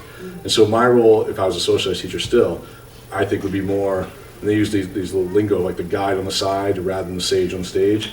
Like, I'm really the coach. I'm helping you with your learning. I'm helping you with learning strategies. I'm helping you with approaches. Like, here's my list of proficiencies, and now, Al, you need to hit this one. Are you doing it? All right, well, show me how you, okay, that sounds good. This one, I don't think you're hitting it. Let's try this instead. That would be more my role in this new reinvented world. And I'm not saying that we're going to be there right away, but that's my dream about what it could look like. There'll be no more stand-in lecture of that. I mean, it might be mini lectures in a class in a whole group setting, but it's not going to be the same way as it was when I was teaching and when we were students next week. Okay, go ahead. So I know that you're not ready for this, and so We're ready for the challenge, Lindsay. that being said, what is the timeline? What is the big Fair question. picture? Where are you at with it? Where are you going with it? So phase one for us was to select the proficiencies, and we're virtually done with that, including the transferable skills. We've developed the transferable skills rubric that we could use, and we were supposed to have teachers using that in different assignments throughout the year to measure, and each discipline selected a transferable skill they were going to measure, so that all were being measured across the board. The habits of work rubric being pulled out of the grade was another step in that, so we're making progress through that, considering 3 years ago they didn't even know what I was talking about. But the next step is like developing the proficiency scales for each of the proficiencies. That's a ton of work. So, I mean, to finish that across the board and develop a reporting system and be able to like share that information with parents, another 3 years, I don't know, it's really hard to say. Again, staff turnover has an impact on that. When I send 4 people to a team and 2 of them are here the next year, that's hard, So, yeah, that's a factor. But I would say 3 years, but it's kind of a guess, really, to be honest with you. Yeah. In the meantime, things like the proficiency-based academy, or the project-based academy that's operating this year in the senior class, for that thing I explained about the poverty study, we're doing that. This is year 2 of doing that. So there's things that we're creeping into that world. So. Cool.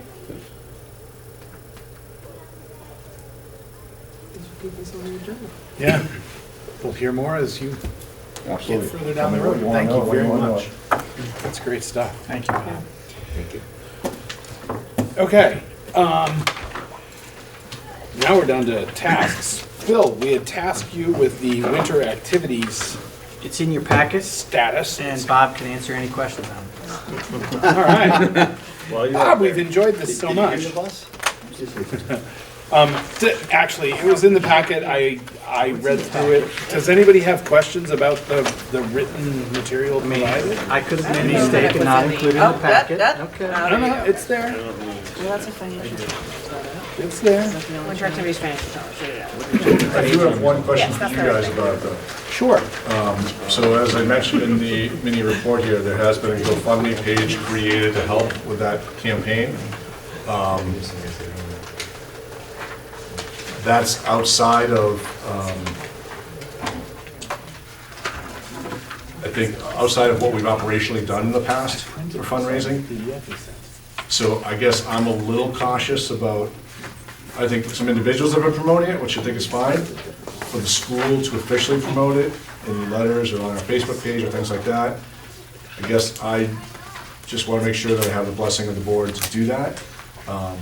Because GoFundMe, as many of you know, is not 100% funded back to the recipients. There's money off the top that they take.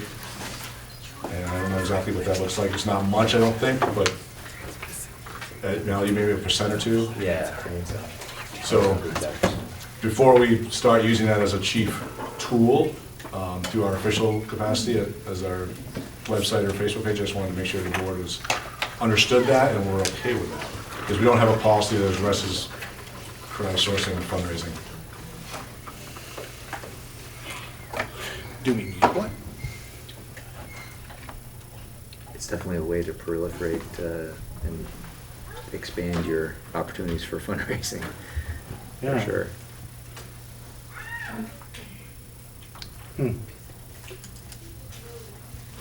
True. Do we value this program? The students do. No, I'm just curious if the board does. Then why don't we fund it? I do. Yeah. Like, why are we trying to crowdsource something that we value? This is foolish. Either we value this program or we don't value this program. If we value this program, pay for it. If not, cut it.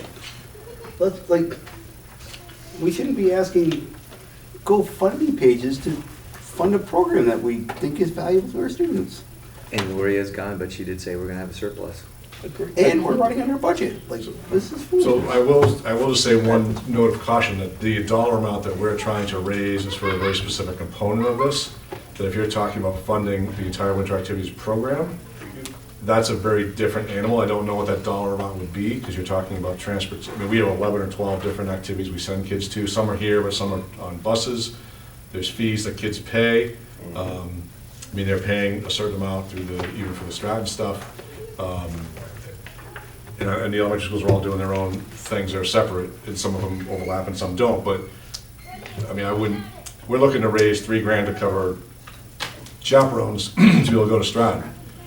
And I would just caution you, that's very different than like funding the entire winter activity shebang for the entire West River District. I don't know what that bottom line dollar amount is. I have no idea. Just want to make sure people know that and understand Yeah, but I that. don't think that was what you were saying. No, like $3,000. What? I think it's more about covering the shortfall. Yeah, at that's this what he point, was yeah. suggesting. Yeah, I'm talking about this $3,000 that apparently we're gonna go to GoFundMe for. It doesn't make any sense to me. And we only went down that road for the fundraising road because winter activities at Leland and Gray, at least, I can't speak to anything else, historically has never been locally funded. That's correct. It's always been funded by the families and by user fees in a sense. But we've never been in this place before. Correct. Correct. Yeah. I think it's also changed, like, there used to be more that was sort of given to us by the mountain. The program has changed The program has significantly. changed significantly, so there's now costs that weren't there years ago. So, you know, If we want to, right. if we want to have chaperones at Stratton, then we need to pay for them to go in a different manner than it used to be, which is much more expensive. Right. And it's not an if we want to, we have to. Yeah. Yeah, if you don't have Stratton, if you don't have chaperones, It's you not don't. really reasonable they to don't send go. 80 kids, who I think I have about 80 kids, I'm one of the reduced to use coordinators, and we have about 80 kids, and it's not really feasible to send 80 kids from 6th through 12th grade to Stratton Mountain and just say, have fun, without adult supervision, because No, and just to clarify what you're talking about, we're not paying these chaperones. No. We're paying for their ski For their pass ski so that pass. they can go. They're volunteering their time and Yes. energy. It's just the mountain used to give them ski passes and now does not. Yes, Or they must- subsidize the ski They must passes. have reasonably And- priced ski Yeah. pass for the days that we were there, and they no longer are doing that, so that's where our Right. downfall is. Right. So that's where we are. Yes? I mean, of course, not for this year, but for next year, is there a better option than Stratton?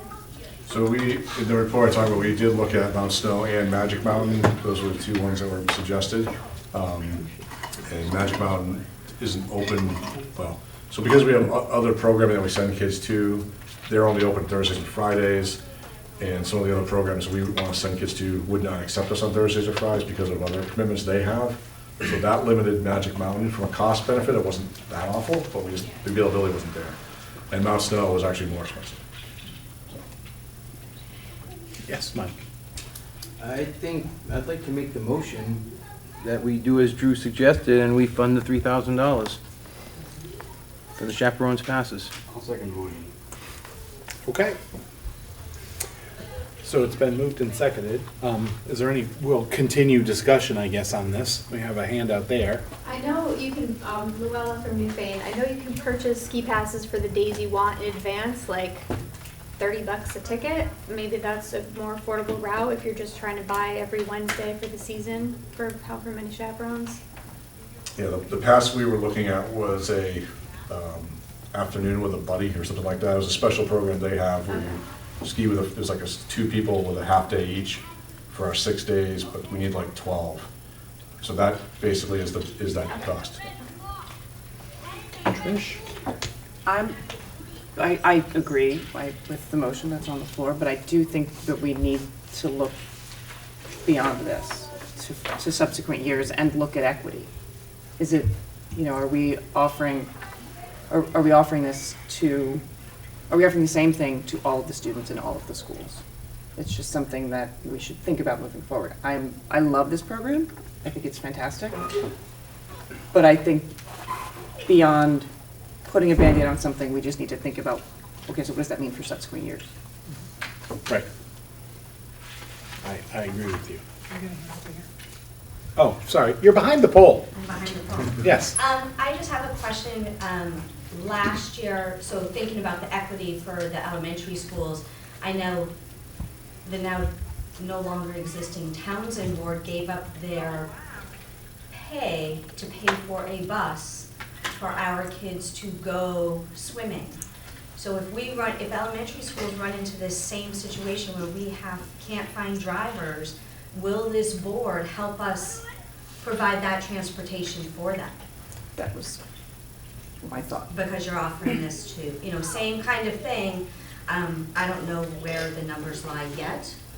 Should know that. I know Newbrook and Townsend are working together to do that, so it could impact that.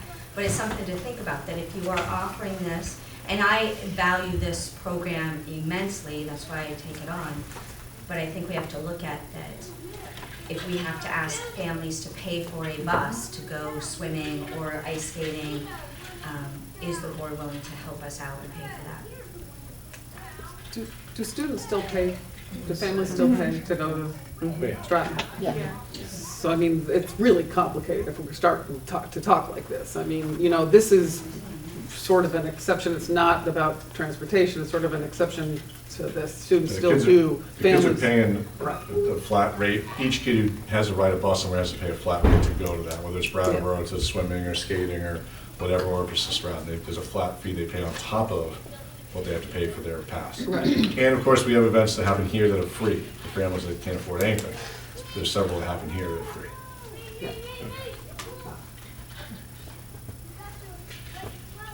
I think the real answer to that question is, if the problem arises, we'll take it up at that point. I wouldn't, speaking for myself, I wouldn't want to make any promises about, dealing with a problem before it actually existed and I knew what the scope of the problem was and what the proposed solution was. But, certainly we do value these winter activities for our students.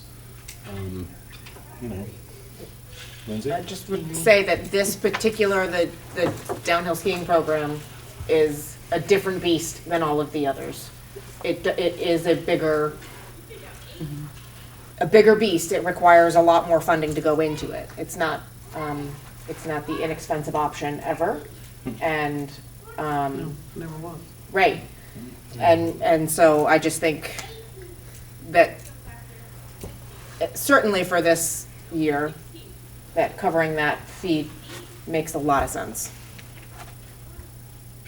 I do value that program in particular. As we're heading into a budget season, does it make sense to task the administration with what are the costs across the board and how are we building them into next year's budget? Is it something we can build in? Do we want to build it? Do we value it enough, et cetera, et cetera? Well, it wouldn't be for this week, it would be for the next. Yeah, that's what I mean. Right. As we're building. budget building process. Yeah, Yes. as we're in the budget building process, Yeah. it's something we can look at, And I sure. think because we are newly joined, there are going to be accommodations that we have to make in the form of, we didn't anticipate spending money on this, so we will spend it this budget season and anticipate for it next budget season. Okay, it's on the administration assignment task list. You bring blank one. I do. Any more discussion on the motion to fund the passes? Okay, ready to vote then? All in favor of? Other point, are you motioning a dollar amount or to fund what it would cost to do the It's passes? $3,000. The requested amount. Request $3,000 goes Well, towards so I have a question then, if that's what the motion is, because hasn't there already been, what is the extent of the crowdsourcing so far? And has there been donations? I think we have to. Is there anything that is money already currently $170. involved? $170. Yeah. So what, if we put over money over the top, what happens to the extra $170? You don't get it unless it's met. You don't get the money. They So probably- people yeah, will get their probably money have back. cocoa. Yes, they should. Yeah. Okay, well, I'm just wondering, I just wanna know what, that the people that have already given money get it back, or however that works. $170 is on GoFundMe. It doesn't, the GoFundMe page is not very specific as to what specifically is going towards this, like, help save our money. It doesn't say that we need passes for the adults to ski at Stratton. So realistically, the money could go towards other stuff for the program. It could help with But if your transportation. minimum dollar amount is not met, the funds aren't doled out, isn't that correct? And then everybody gets their money back. If you say we need to raise $5,000 and you Well, don't they have raise $5,000. $10,000 is the amount of money we need to raise, is what's written on this GoFundMe page that I was looking at. And I don't think we really needed 10, I think that was just a, The idea was to make it more sustainable Sustainable, in the yeah. future. so. Okay, so, but the motion is to address the current need of 3,000. Yeah, we don't have any say in the GoFundMe. Yeah, and the GoFundMe money, whatever happens to it, I guess, because it's not ours to deal with. And this is why at some point, We should come up with a policy about that, those yes. kinds of things, because it's not mine either. Yeah, right, no. It was created by a school employee, but anyways, just one of those things just that No, you yeah, guys should probably talk about. You're absolutely right. I did make a note of that. I'm So- sorry. I feel, it seems, I don't know what the word is, odd, the GoFundMe, if we're just going, it's not ours.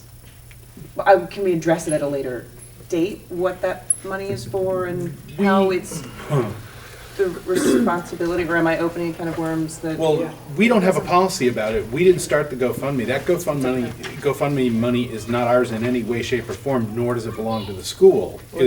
Or the taxpayers, or Okay, anything. great. I love that. It's just out there, and if the person who started the GoFundMe page got the money, they were going to give it to the school, is what they said, but, you know. We were hoping that they would be donating That would be an money. affirmative. Oh, did you start Happen to know the person. Yeah, okay. Okay. Okay, but, no, it just, it's totally out of the board's control. We couldn't force anything to happen with that money, even if we wanted to. I just wanted, Right. if somebody were to come to me and say, hey, board member, there's this GoFundMe that has Leland Gray's name on it, what do you know about it? I just want to know what we're saying about it and just want to. Right, which is why that there's going to be a policy discussion about fundraisers with the school's name on them for stuff like that, I think, in the future. So, back to the $3,000 motion. Been moved and seconded and discussed. Well, I got something now that I know that money's already been added into it.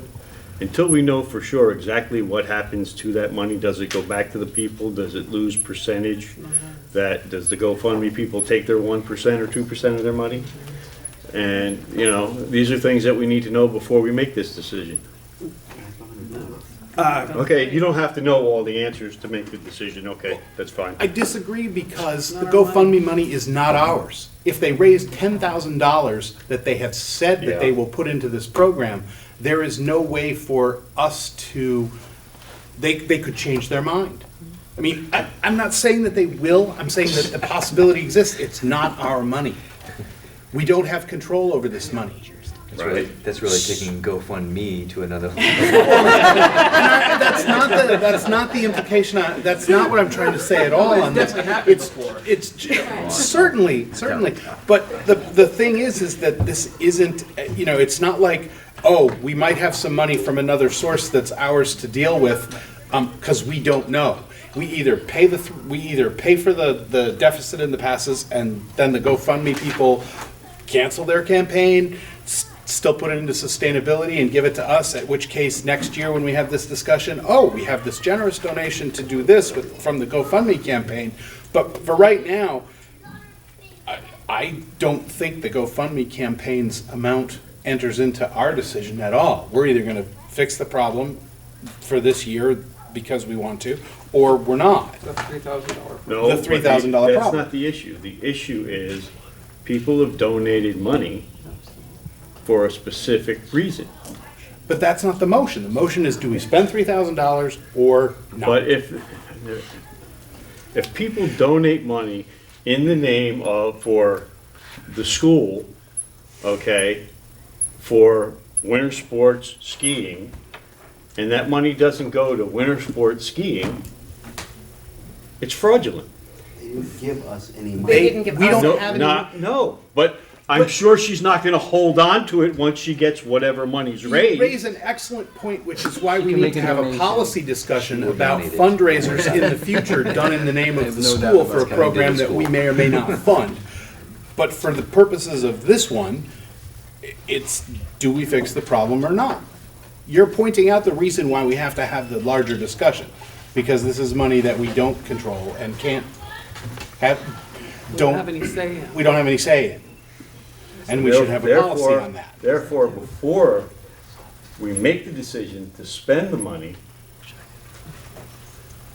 we need to find out everything about the GoFundMe. Go ahead. I call the question. That requires a 2/3 vote. And I'm not sure that a non-voting member could make that Beat me to it. request. I'm not sure either. I'm not sure either. Actually, The rules, I like that. I'm Joe, I'm Yes. gonna help. There is, on the GoFundMe site, if you choose to cancel your GoFundMe campaign, you can opt to refund all donors the money, and it will happen. Okay. So if that is an avenue that I can talk to this person, anonymous person about, the money's been raised, I can say to them, why does Kansas send it back? Okay. I'm guessing that this anonymous person will probably be happy to just walk away from that. Okay. Just a guess. All right. So, thank you. Possibly run away from it. Probably. So, okay, we've got that settled. Now the GoFundMe campaign might go away. Are we ready to vote? Let's do it. Okay, all in favor of spending the $3,000 to fix the chaperone problem, please say aye. Aye. Opposed? Abstentions? Thank you. Thank you. Wow. This is an entertaining meeting so far. I do my best. Okay, so we have another one, a child care update. It's So another as you can see, the administrative task has been completed for this meeting, and I'm Thank working you. with Terry Davidson Burker. And National Honor also was kids interested. Awesome. So Thank you. we will Thank you. continue to try to provide this so that people can have childcare. If it gets really bad, we could also ask for board volunteers, you know. We have an awesome ratio right now. It's like 4 young adults. My son is so excited. All right. Great, thank you very much for that. You bet. Okay. The next one was the discussion about amending the Articles of Agreement, which we have it should be in the packet unless you have a defective packet. What's in the packet? Okay, so this was the timeline and the discussion, and there's actually an administrative recommendation. Bill, you want to talk about this, or? Yeah, so I laid out a couple options of paths for the board to consider. One is option 1, which I'm not going to read, but basically details if you want to make the change prior to everybody voting in March, those 6 bullets have to happen. The first one being, you guys are coming back here in a week.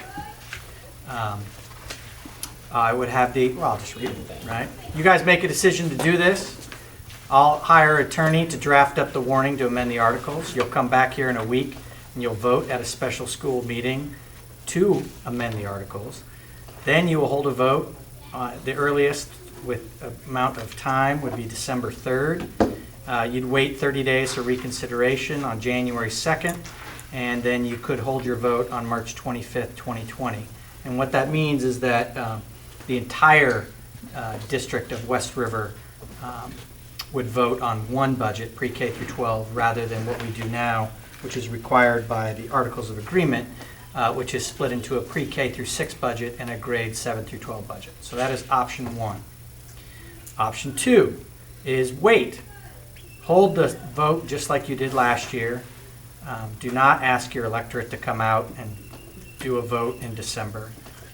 Include in your annual report, which we have enough time to create this year, an explanation of how you are having that budget, why it is being voted on, and the way it's being voted on.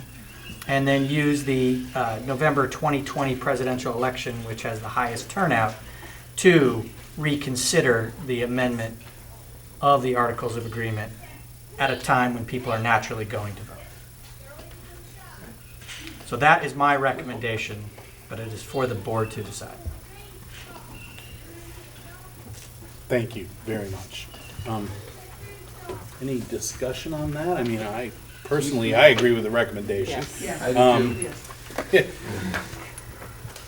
Yep. I move to accept the recommendation. Second. Administrative recommendation. The administrative recommendation with regard to amending the Articles of Agreement. Okay, any further discussion on that? I will just, after budget time, I will come back to you guys and re-show you the options and talk through that so that you guys can have a discussion about making, which is substantial. Making a change to the Articles of Agreement is a really big deal. I think it needs publication, it needs time, it needs explanation. So I would wait till after budget season is passed, and then I'd bring it right back up and we'd have a full conversation. Wonderful. I just want to make sure we're not voting on making this change, we're voting on not making this change. Right. My recommendation is don't do anything different than you did last year. So we're not Just agreeing to explain make it. to making a change at this point. Correct. That is, yeah. And I would, if I could just add that it's going to take time for people to understand what this is, and I appreciate the time and effort put into it between now and then. You got it. Thank you. Yep. Okay, so, any other discussion? All right, all in favor of going with the recommendation and not amending the articles now, please say aye. Aye. Opposed? Abstentions? Beautiful, motion passes. Okay, the next thing in our packet was the, There's copies on the table over there. there's copies on the tables over there if you want them, was the pre-K program in the West River Education District. The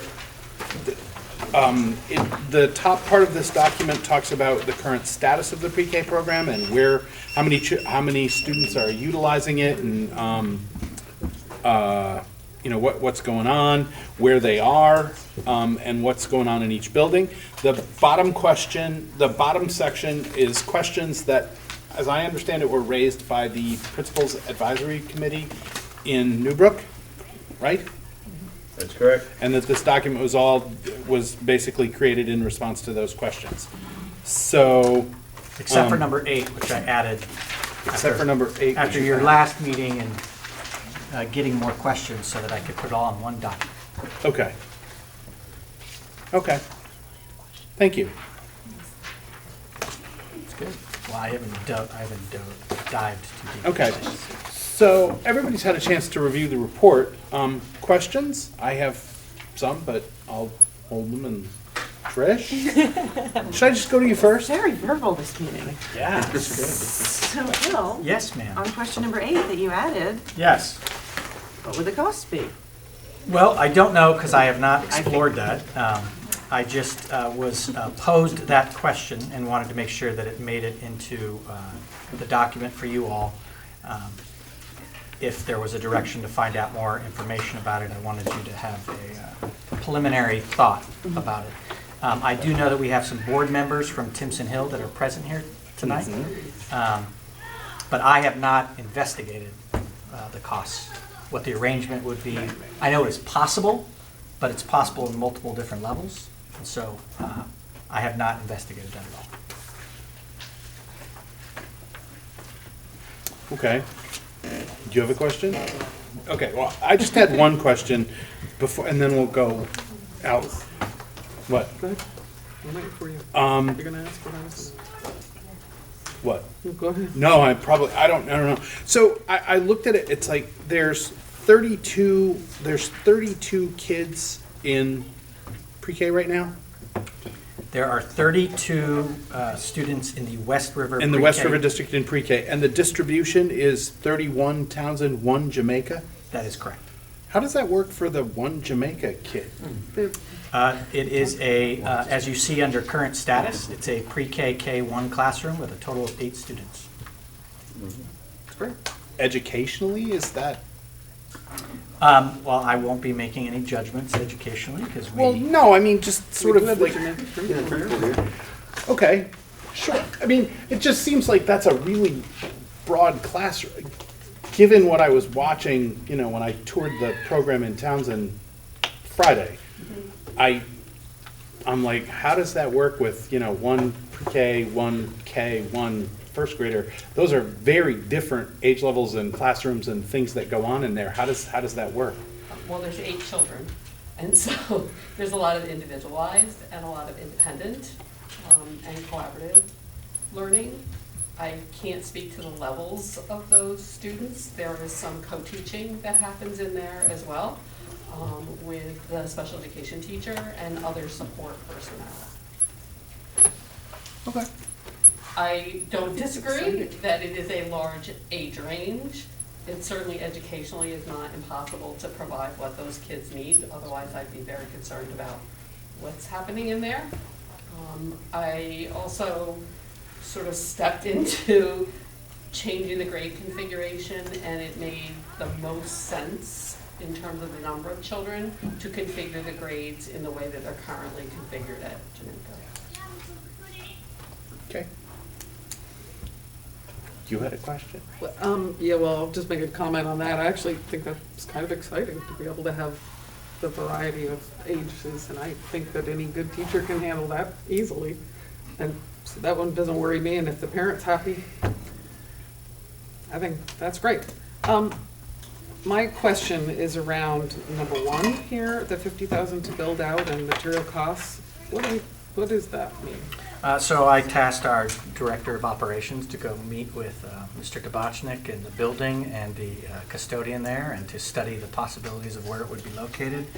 And then having gone through the development of the Townsend expansion and understanding what are the requirements and what would have to happen. So this is not exact, but it is the best estimate of our director of operations. So it's creating a classroom and supplying it for The ability to deliver pre-K instruction while following all the regulations. Fenced in play area, et cetera, et cetera.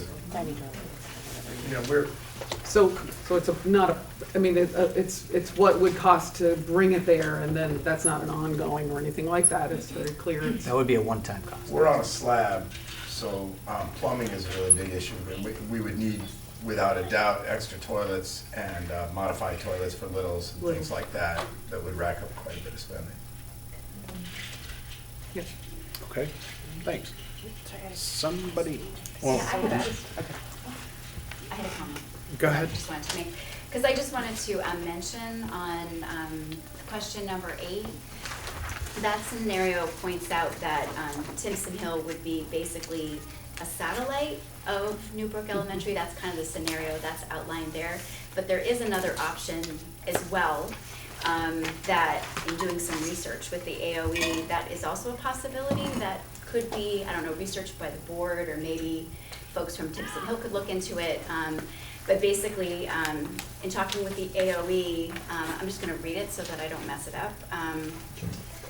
So the additional amount of money it would cost per child above the 10 hours for a child to go for a full day to Timpson Hill would be added to the school budget and would need to be approved by the voters. So in other words, Timpson Hill would still be a nonprofit private preschool, but the town, or I don't know if it would be the whole school district, would be paying above that 10 hours per student. so what is that cost? I'm saying we don't know that cost. I can tell you that right now. Oh, you do?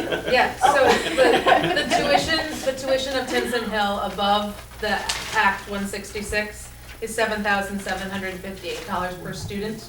Timpson Hill has a capacity of 15 students, and so that would cost $116,370. And I'd like to point out that that is less than the cost of a classroom teacher and a paraeducator that you would have to pay for. And that's only if there were, that would be the maximum 15. So if there was less than each, I don't know how many kids right now, I don't know, Scotty, if you can say how many kids. For next year? Or because in the system you have the 3s and 4s, right? Yeah. I don't know if you have the numbers, but I don't know have how many kids there are from Brookline and Townsend, Brookline and Newfane at the moment, but if there were fewer, then you would I pay don't know what it less. is right now. It's 30 something.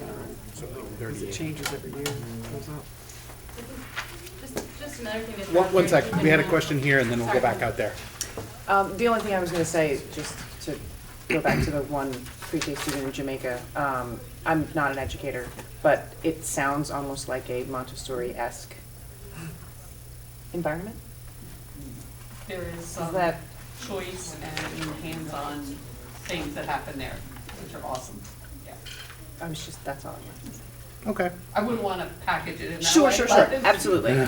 But there's a lot to be said for learning from different ages of students. Correct. Okay, thanks. Go ahead. Thank you.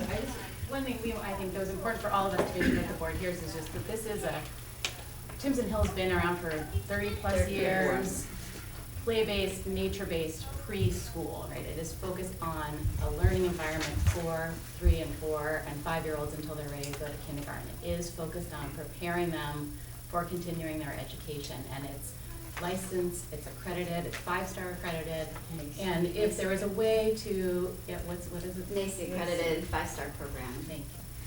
And so we just wanted to open that up to the board to say if there's a way to make this work financially without the taxpayers having to lay out the money to do the startup at Newbrook, to be able to have this established program that could be a public-private partner that may even be more affordable for the taxpayers, we'd like the board to consider that as an option.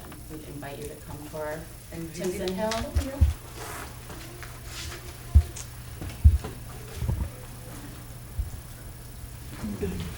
You have a question? I'm just going to throw, since there's clearly a lot of Timpson Hill folks here. The program is just 3 4s, is that correct? 3, 4, So there's not 0 to 3 at Timpson Hill? Correct. It's not a daycare, yep. So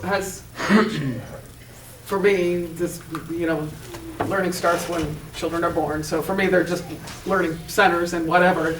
But has there ever been a conversation around expanding at Timpson Hill? And the reason I bring it up is because there's clearly a need, for quality childcare. And Quality increase. no, quality childcare from birth on. And in our region, there are nowhere near enough slots. And I have great concerns about the lack of those slots, creating more challenges even in our systems as in our students in our schools as we move forward, because kids aren't necessarily able to, get quality early learning starting when people need to put their children into childcare. And I just think we're dropping the ball on it across the state and across the country on 0 to 3. And so has that ever been, clearly there's people who want to talk to that. So it has been looked into as a short answer. Thank you. That's what I wanted to hear. Yes, and I think there's, our ratios, I think Sandy could probably speak to this a little more in a more educated way than I can, so I'm gonna let you. I don't know if I know the whole, but we did research that a bit, because as public pre-K programs have been opening across the district, we have been, concerned about Timpson Hill and, enrollment going down and having to close. And so we did explore the possibility of including 2-year-olds in our program. The issue that comes up is once you include 2-year-olds, there's a lot of changing in the licensing. Yeah. And the ratios are very different. Ultimately, have And to the be building. less one students in the building to add children under 3. And the other issue that, which Emily, I'm sure you're pretty aware of with the whole issue with early childhood education, is that there are many, many programs, private programs, that they are literally only able to stay open because of Act 166. Because they get that pre-K money for their preschool students, it's very challenging to maintain an infant toddler program and be able to be financially stable and stay afloat. So it's a larger issue that's beyond this. It is, and if I can just follow up, part of the reason I bring this up is because we need to have more funding, and we added more funding this year for early CCFAP dollars, but we're nowhere near there, and we need to make sure that we speak to that ourselves as a board and all of you as advocates for children. We all need to keep asking for more support for that, because families and children need it. One second. Just Drew, and then we'll go off. What is a reimbursement for a preschool age child coming into our district? I know we don't get the same 10,000. We get 0.46, around $4,600. I'm sorry, say that again. It's 0.46 times the number that comes out, usually around $10,000, so it's about $4,600. Total is what we receive per child. Right. Even if we do full day. Right. I just wanted to explain also that some, may not realize, so if you have a classroom with 3 and 4-year-olds in it, you need to have 1 teacher for every 10 students. If you have a 2-year-old then walk into the door, you then have to drop your ratio.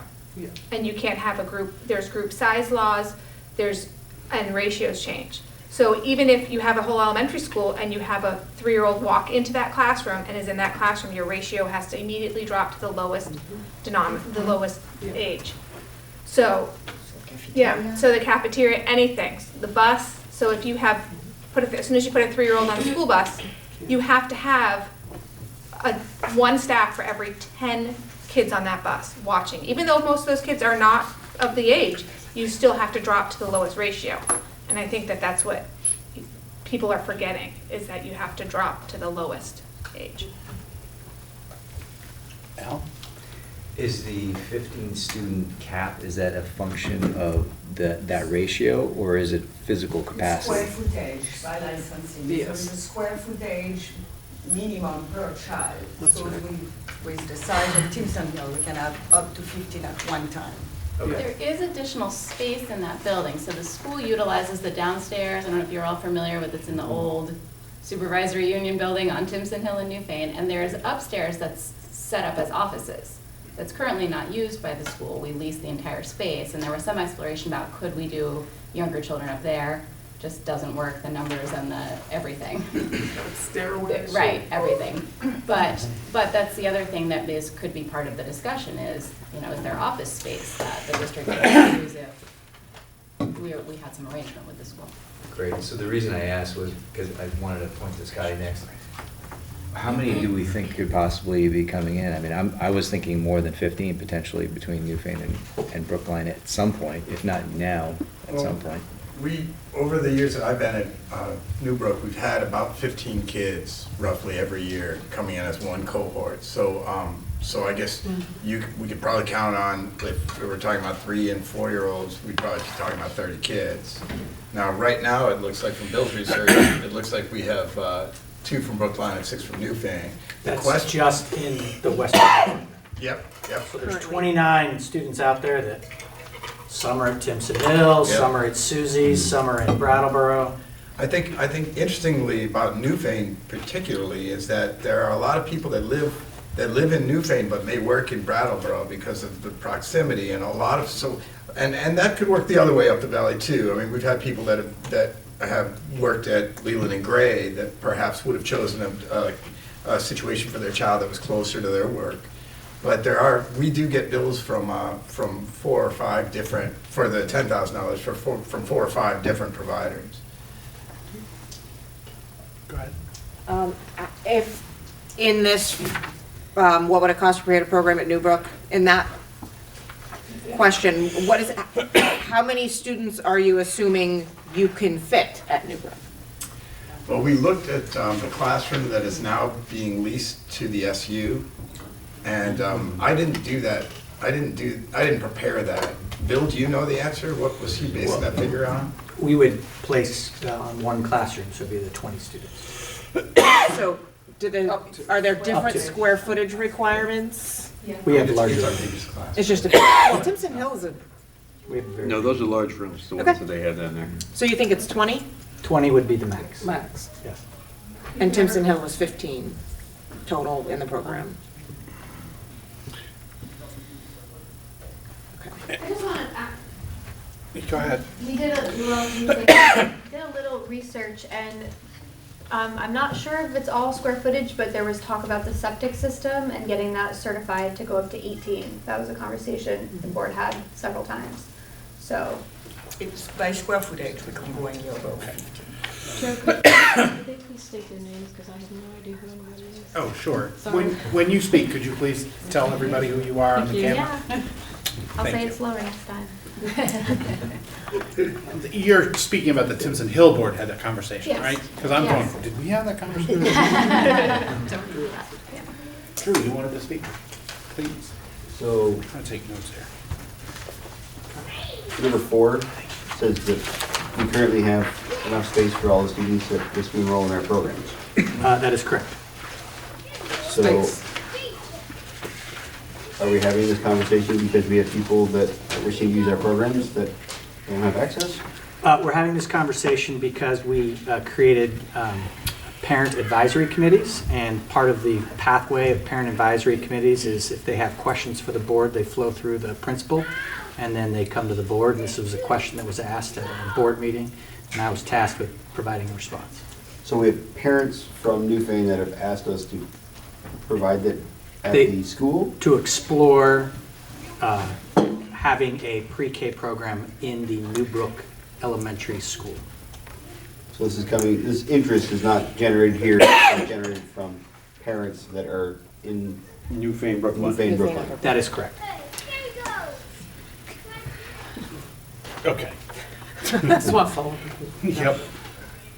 I was, Fiona from Newfane. I'm on the principal advisory committee as well. It's not just parents, but it's also staff members. And I have a couple comments that I'd like to make. One is that I wasn't at the meeting where the parents and Scotty talked about bringing this to the board, and I asked a clarifying question at the following meeting, and that was, were the people there interested in making sure that there was public pre-K, universal public pre-K access in the towns, or was it specific to the building? And there was interest in both. I offered that Timpson Hill may be interested, and the parents that were there seemed open to that idea. So I just wanted to put that out, that it wasn't necessarily in specific to the building. Although Scotty really likes the idea of having it in the building, which makes sense, coming from the principal. As an educator that also, I'm three, I live in town, so money-wise, I'm thinking like taxpayers. I'm also a parent, and I also work actually at Newbrook. So this year I've also noticed at Newbrook there's 30 fewer students in the school, and I feel like the climate in the school is much better this year. And so I think, while sometimes making sure that a school is at capacity is really nice, I think also we need to consider the quality of education within our buildings and what it would do to bring in a pre-K to the building. That could be really wonderful for continuity, but also we need to think about whether that would be beneficial for the school as a whole, to bring a whole separate program to the building and the amount of students that could possibly be in the building. So I think that's something that the board should consider. And I would really love it if you would be open to looking at Timpson Hill, whether having that be a part of the SU or to pay up. So that's my 5 cents. You were next, then Lindsay. So I'll just say, for me, having all students who are in our district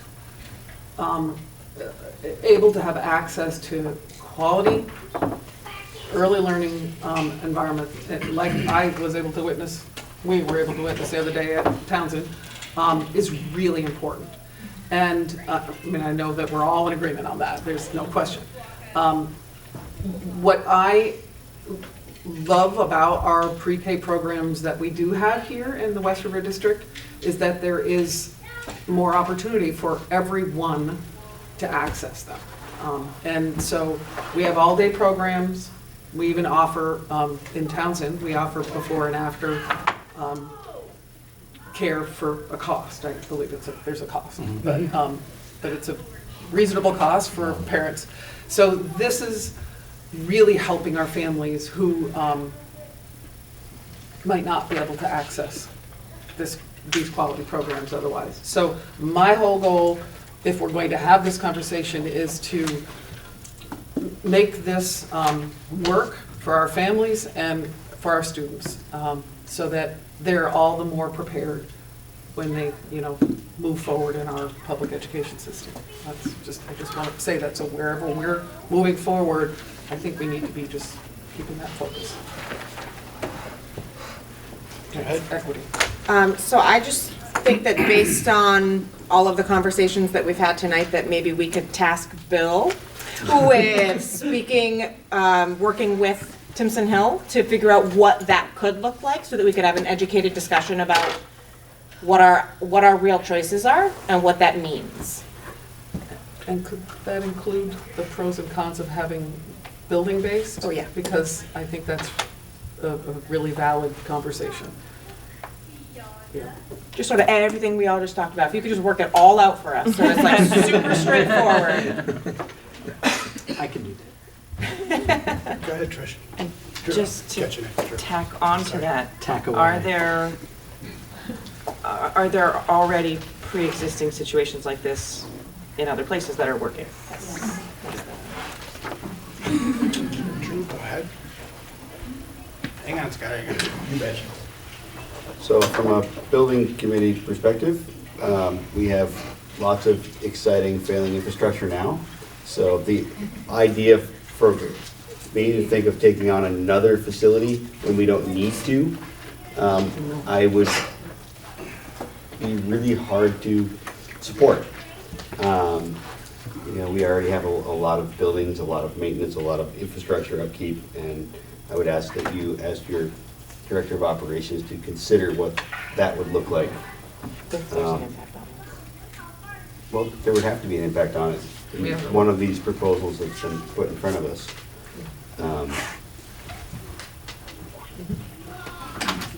Do this, Scotty. Hang on. I got out there, then I got you, then you. Thank you. Yep, you're in. After talking to some families, I think one of the things that's important, Bill, when we do this work would be to think about transportation as well. Because I think equity of transportation ends up being really key for families with littles. And if littles were going to be going, let's say from if they were on the very far, I guess, east side of Newfane, we would need to make sure that they had a possibility of getting to this facility. And so I just want to make sure, like, the bus could easily go past Newbrook and up the hill to the school. If that, like, they can't ride a bus. Well, we never mind that. Never mind. They don't ride a bus. Not without chaperone. Okay. So if you put one kid on the bus, or if it doesn't matter if you have all seniors and one kid, you have to go to the 10-to-1 ratio. So you have to have that many adults Okay. supervising. Well, I just want to consider transportation when we're thinking about it. That's a good point, yes. So many. Christina, then Leanne. I'd like to point out, Timpson Hill is not owned, so there's two different things at Timpson Hill. One is the Timpson Hill building, it's a historical preservation board, I believe it's called. So that is run by another company, so we don't actually own the building. It is a nonprofit agency that was started over 30 years ago. And so the building can only be used for educational purposes. So that's why the supervisory union was upstairs for a while. So that's part of the grants and stuff that run the building. It's a historical building. So there is no impact. We pay our plowing and maybe mowing.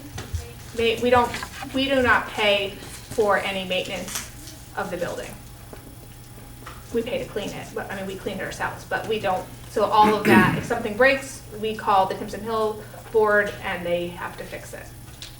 Like any other tenant. Like any other tenant. We are, yeah. Leanne. I was going along the same lines. I was just going to mention that, yeah, the building, it's a historical building. There are deed restrictions on it. It does have to be used for nonprofit. It's not specifically educational, though, just nonprofit. So did I. That's the story I'd always heard in my family until I looked it up when I saw this on the agenda. It has to be a nonprofit corporation, yeah. Okay. Is it my turn? I think, yeah. Just really quick, Marlboro just went through this? Yes. Switching over a private to bringing it into their school and a public, so maybe some sharing on that as well could help us. The pros and cons. Sure. Thank you. Could I ask a couple clarifying questions on the task? Sure. As Sandy pointed out earlier, when I pre-answered this question, that was the assumption of taking over a building, and Sandy presented another option that would not be. You would like to see both of those fleshed out? Okay. And then is this Timpson Hill specific, or is this for any approved pre-K that offers 10 to offer to pay the additional tuition? What can it be? Can we do? Is it? It has to be nonprofit. It's not a business. I don't think so, because we did this in Dover to pay Burton. You just have to vote it at town meeting. That's the requirement. The requirement is to vote at town meeting. Wouldn't the thing that made sense be to like do it like it almost like tuitions do, where you agree to pay a certain thing? I mean, I hate to sound like Ken here, but why don't we just say, first of all, we're going to negotiate a better deal than full rate tuition, No, I because just we're going to wanna send make them so sure- many kids, and I then want to we're gonna answer say, your "This is what task we'll without pay." going too far down a rabbit hole. Yeah. That's my question. So could I provide back in context, since you asked the question, just fleshing out these scenarios as a start? Sure. And then you guys can decide what more you want to go to? If you're gonna do that, include the revenue you're gonna lose from relocating the WCSU people from Newbrook, because that's gonna be actually an added cost to this district, because we're relying on it as income now. For a scenario of... That's correct. Okay. And also, I agree with you we find another spot that for if them? you're gonna offer it at one location, it's not equitable to the parents of Newfane and Brookline that have their kids in Brattleboro because they're closer, not to have the option to have them in for more than 10 hours. We can't just specify one building. We're gonna go with one building and say, because you go to Timpson, much as I love Timpson Hill. Bill, when you said you did the similar sort of thing, you did do it for just one school though? In Dover, you said this was a Well, similar? so there was no, it was, you pay that to everybody. That's just how you set the number. Not to a specific. Yeah, that's how you set the number. So if you owe 15,686, but it costs 18,200, then anybody who is an approved independent school in the world gets 18,200. Right. You can't offer it to one kid in the town and not to all of them. We went through this with I can scenario this Sunny out Lane. without overwhelming you. We went through this with Sunny Lane, and that's the reason we turned it down. I can Was flush this. because we couldn't just do it for one pre-K program, because then what would happen to the kids that went to Timpson? They should be able to go 20 hours instead of 10 hours. How many people are on the Timpson Hill board? There are 5 of us. Do you guys have 3 of you in right now? Yes. All right, just so I don't have to go too far down the road. So the scenario that you are interested in having fleshed out for the board is the paying, the still operation of a nonprofit. We're actually flexible. You're flexible? Okay, so I can flesh out both. You can flesh it, yeah. Thank you. We're flexible. Okay. We're open to Awesome. different scenarios. Who would be the point of contact that I could work with at Timpson Hill to get whatever information I needed? Sandy? Right. Thank you. Okay, I can do this. That was a big ask, thank you. Thanks, Bill. Can you just do one more thing? Yep. It's almost a different rabbit hole. We already Is it in pre-K? Yes. Okay. We already have more pre-K slots than we have kids in pre-K. We have open slots. So people haven't even been turned away yet, and we're exploring opening yet another program, and now taking on an additional building when, again, building committee hat, we're talking about shrinking our footprint. So can you just look at, what if we just kept the slots that we had now and let things play out even, or what if we put it all in one place? Is it, if we offer transportation for the kids who can get transported, Yeah. the 3-year-olds are parent drop-off no matter where, and it's also full day, absolutely cost-free. I'm like, it just seems like this is an expensive alternative to a problem we may not even have yet in terms of having kids who aren't getting full-day pre-K yet. So if I can follow that? Yes, please, and then Lindsay can. To clarify for Bill, Yeah. we have parents who asked about this, and if we have a program, say we have our program up in Jamaica. Yep. It's not in Townsend, it's in Jamaica. That has an impact on people, whether they're able to access it. So the families that are there families out there who are not accessing it because Townsend's too far away, Jamaica's too far away? It's just too hard for them when they work in Brattleboro. My whole thing is only trying to make it as accessible as possible for every family who wants their child in a universal pre-K program. I do not know the Especially answer to all day. that, and the only way to do that would be to poll all. So then even if we get that information, we may not have the full information. Correct. Okay, thanks. So in response to that idea, I would just say that we need to be mindful of, as we are basically moving all of our preschoolers into one building, moving them all to one place. Now those children have had their 3-year, when they're 3, when they're 4, they've had 2 years of school at the same building. They know the building, they know the teachers, they know the other students. They don't want to leave now. And now we're going to be busing all of this. Now they're staying. Now they're going to continue it because we have choice. So now they can stay in Townsend. So now every student from everywhere is gonna be in Townsend. But we have policy around choice, right? So But there's the limit idea is to that we aren't providing an equivalent educational experience, because we're saying the only place you can have that educational experience is in Townsend. Okay. You can't get that in Newbrook. No, fair enough. That's true. So that's my I'm not sure only- that then a partnership with Timpson Hill provides that either, because you now put them in a different building and you move them because they can't stay. Putting it in Newbrook It's a- does provide that. You're it's in a this school and you stay with the Yeah, continuity. and we can talk about the So- pipeline of that, but No, you make a good point. it Thank is a you. very different entity. But I don't have to do anything on that. I mean, task. can you come up with No, and something? you really don't have to do or- anything on mine, too, because I, with what Lindsay said, it makes sense to me, so it's like, why, I think maybe we do want to. I can answer this one question. Okay, thanks. Al, and then. I have another non-task related thing. Yeah, no more tasks. So on number 4, I just want to understand, of the approximately 70 eligible pre-K students, does that mean that there are 70 pre-K students in this area and we only have 32 that are enrolled in pre-K? No. We have our best estimate of the number of 3- and 4-year-olds that are currently living in the West River District. As of this writing, we're estimating 70. 32 are enrolled in West River programs, 31 in Townsend, 1 in Jamaica, and 29 are enrolled in some other program that is eligible for the 10 hours. So back to Emily's point, 61 of our 70 are accessing, which is awesome. Yeah. That is phenomenal. But only 32 out of the 70 are in a West River run program.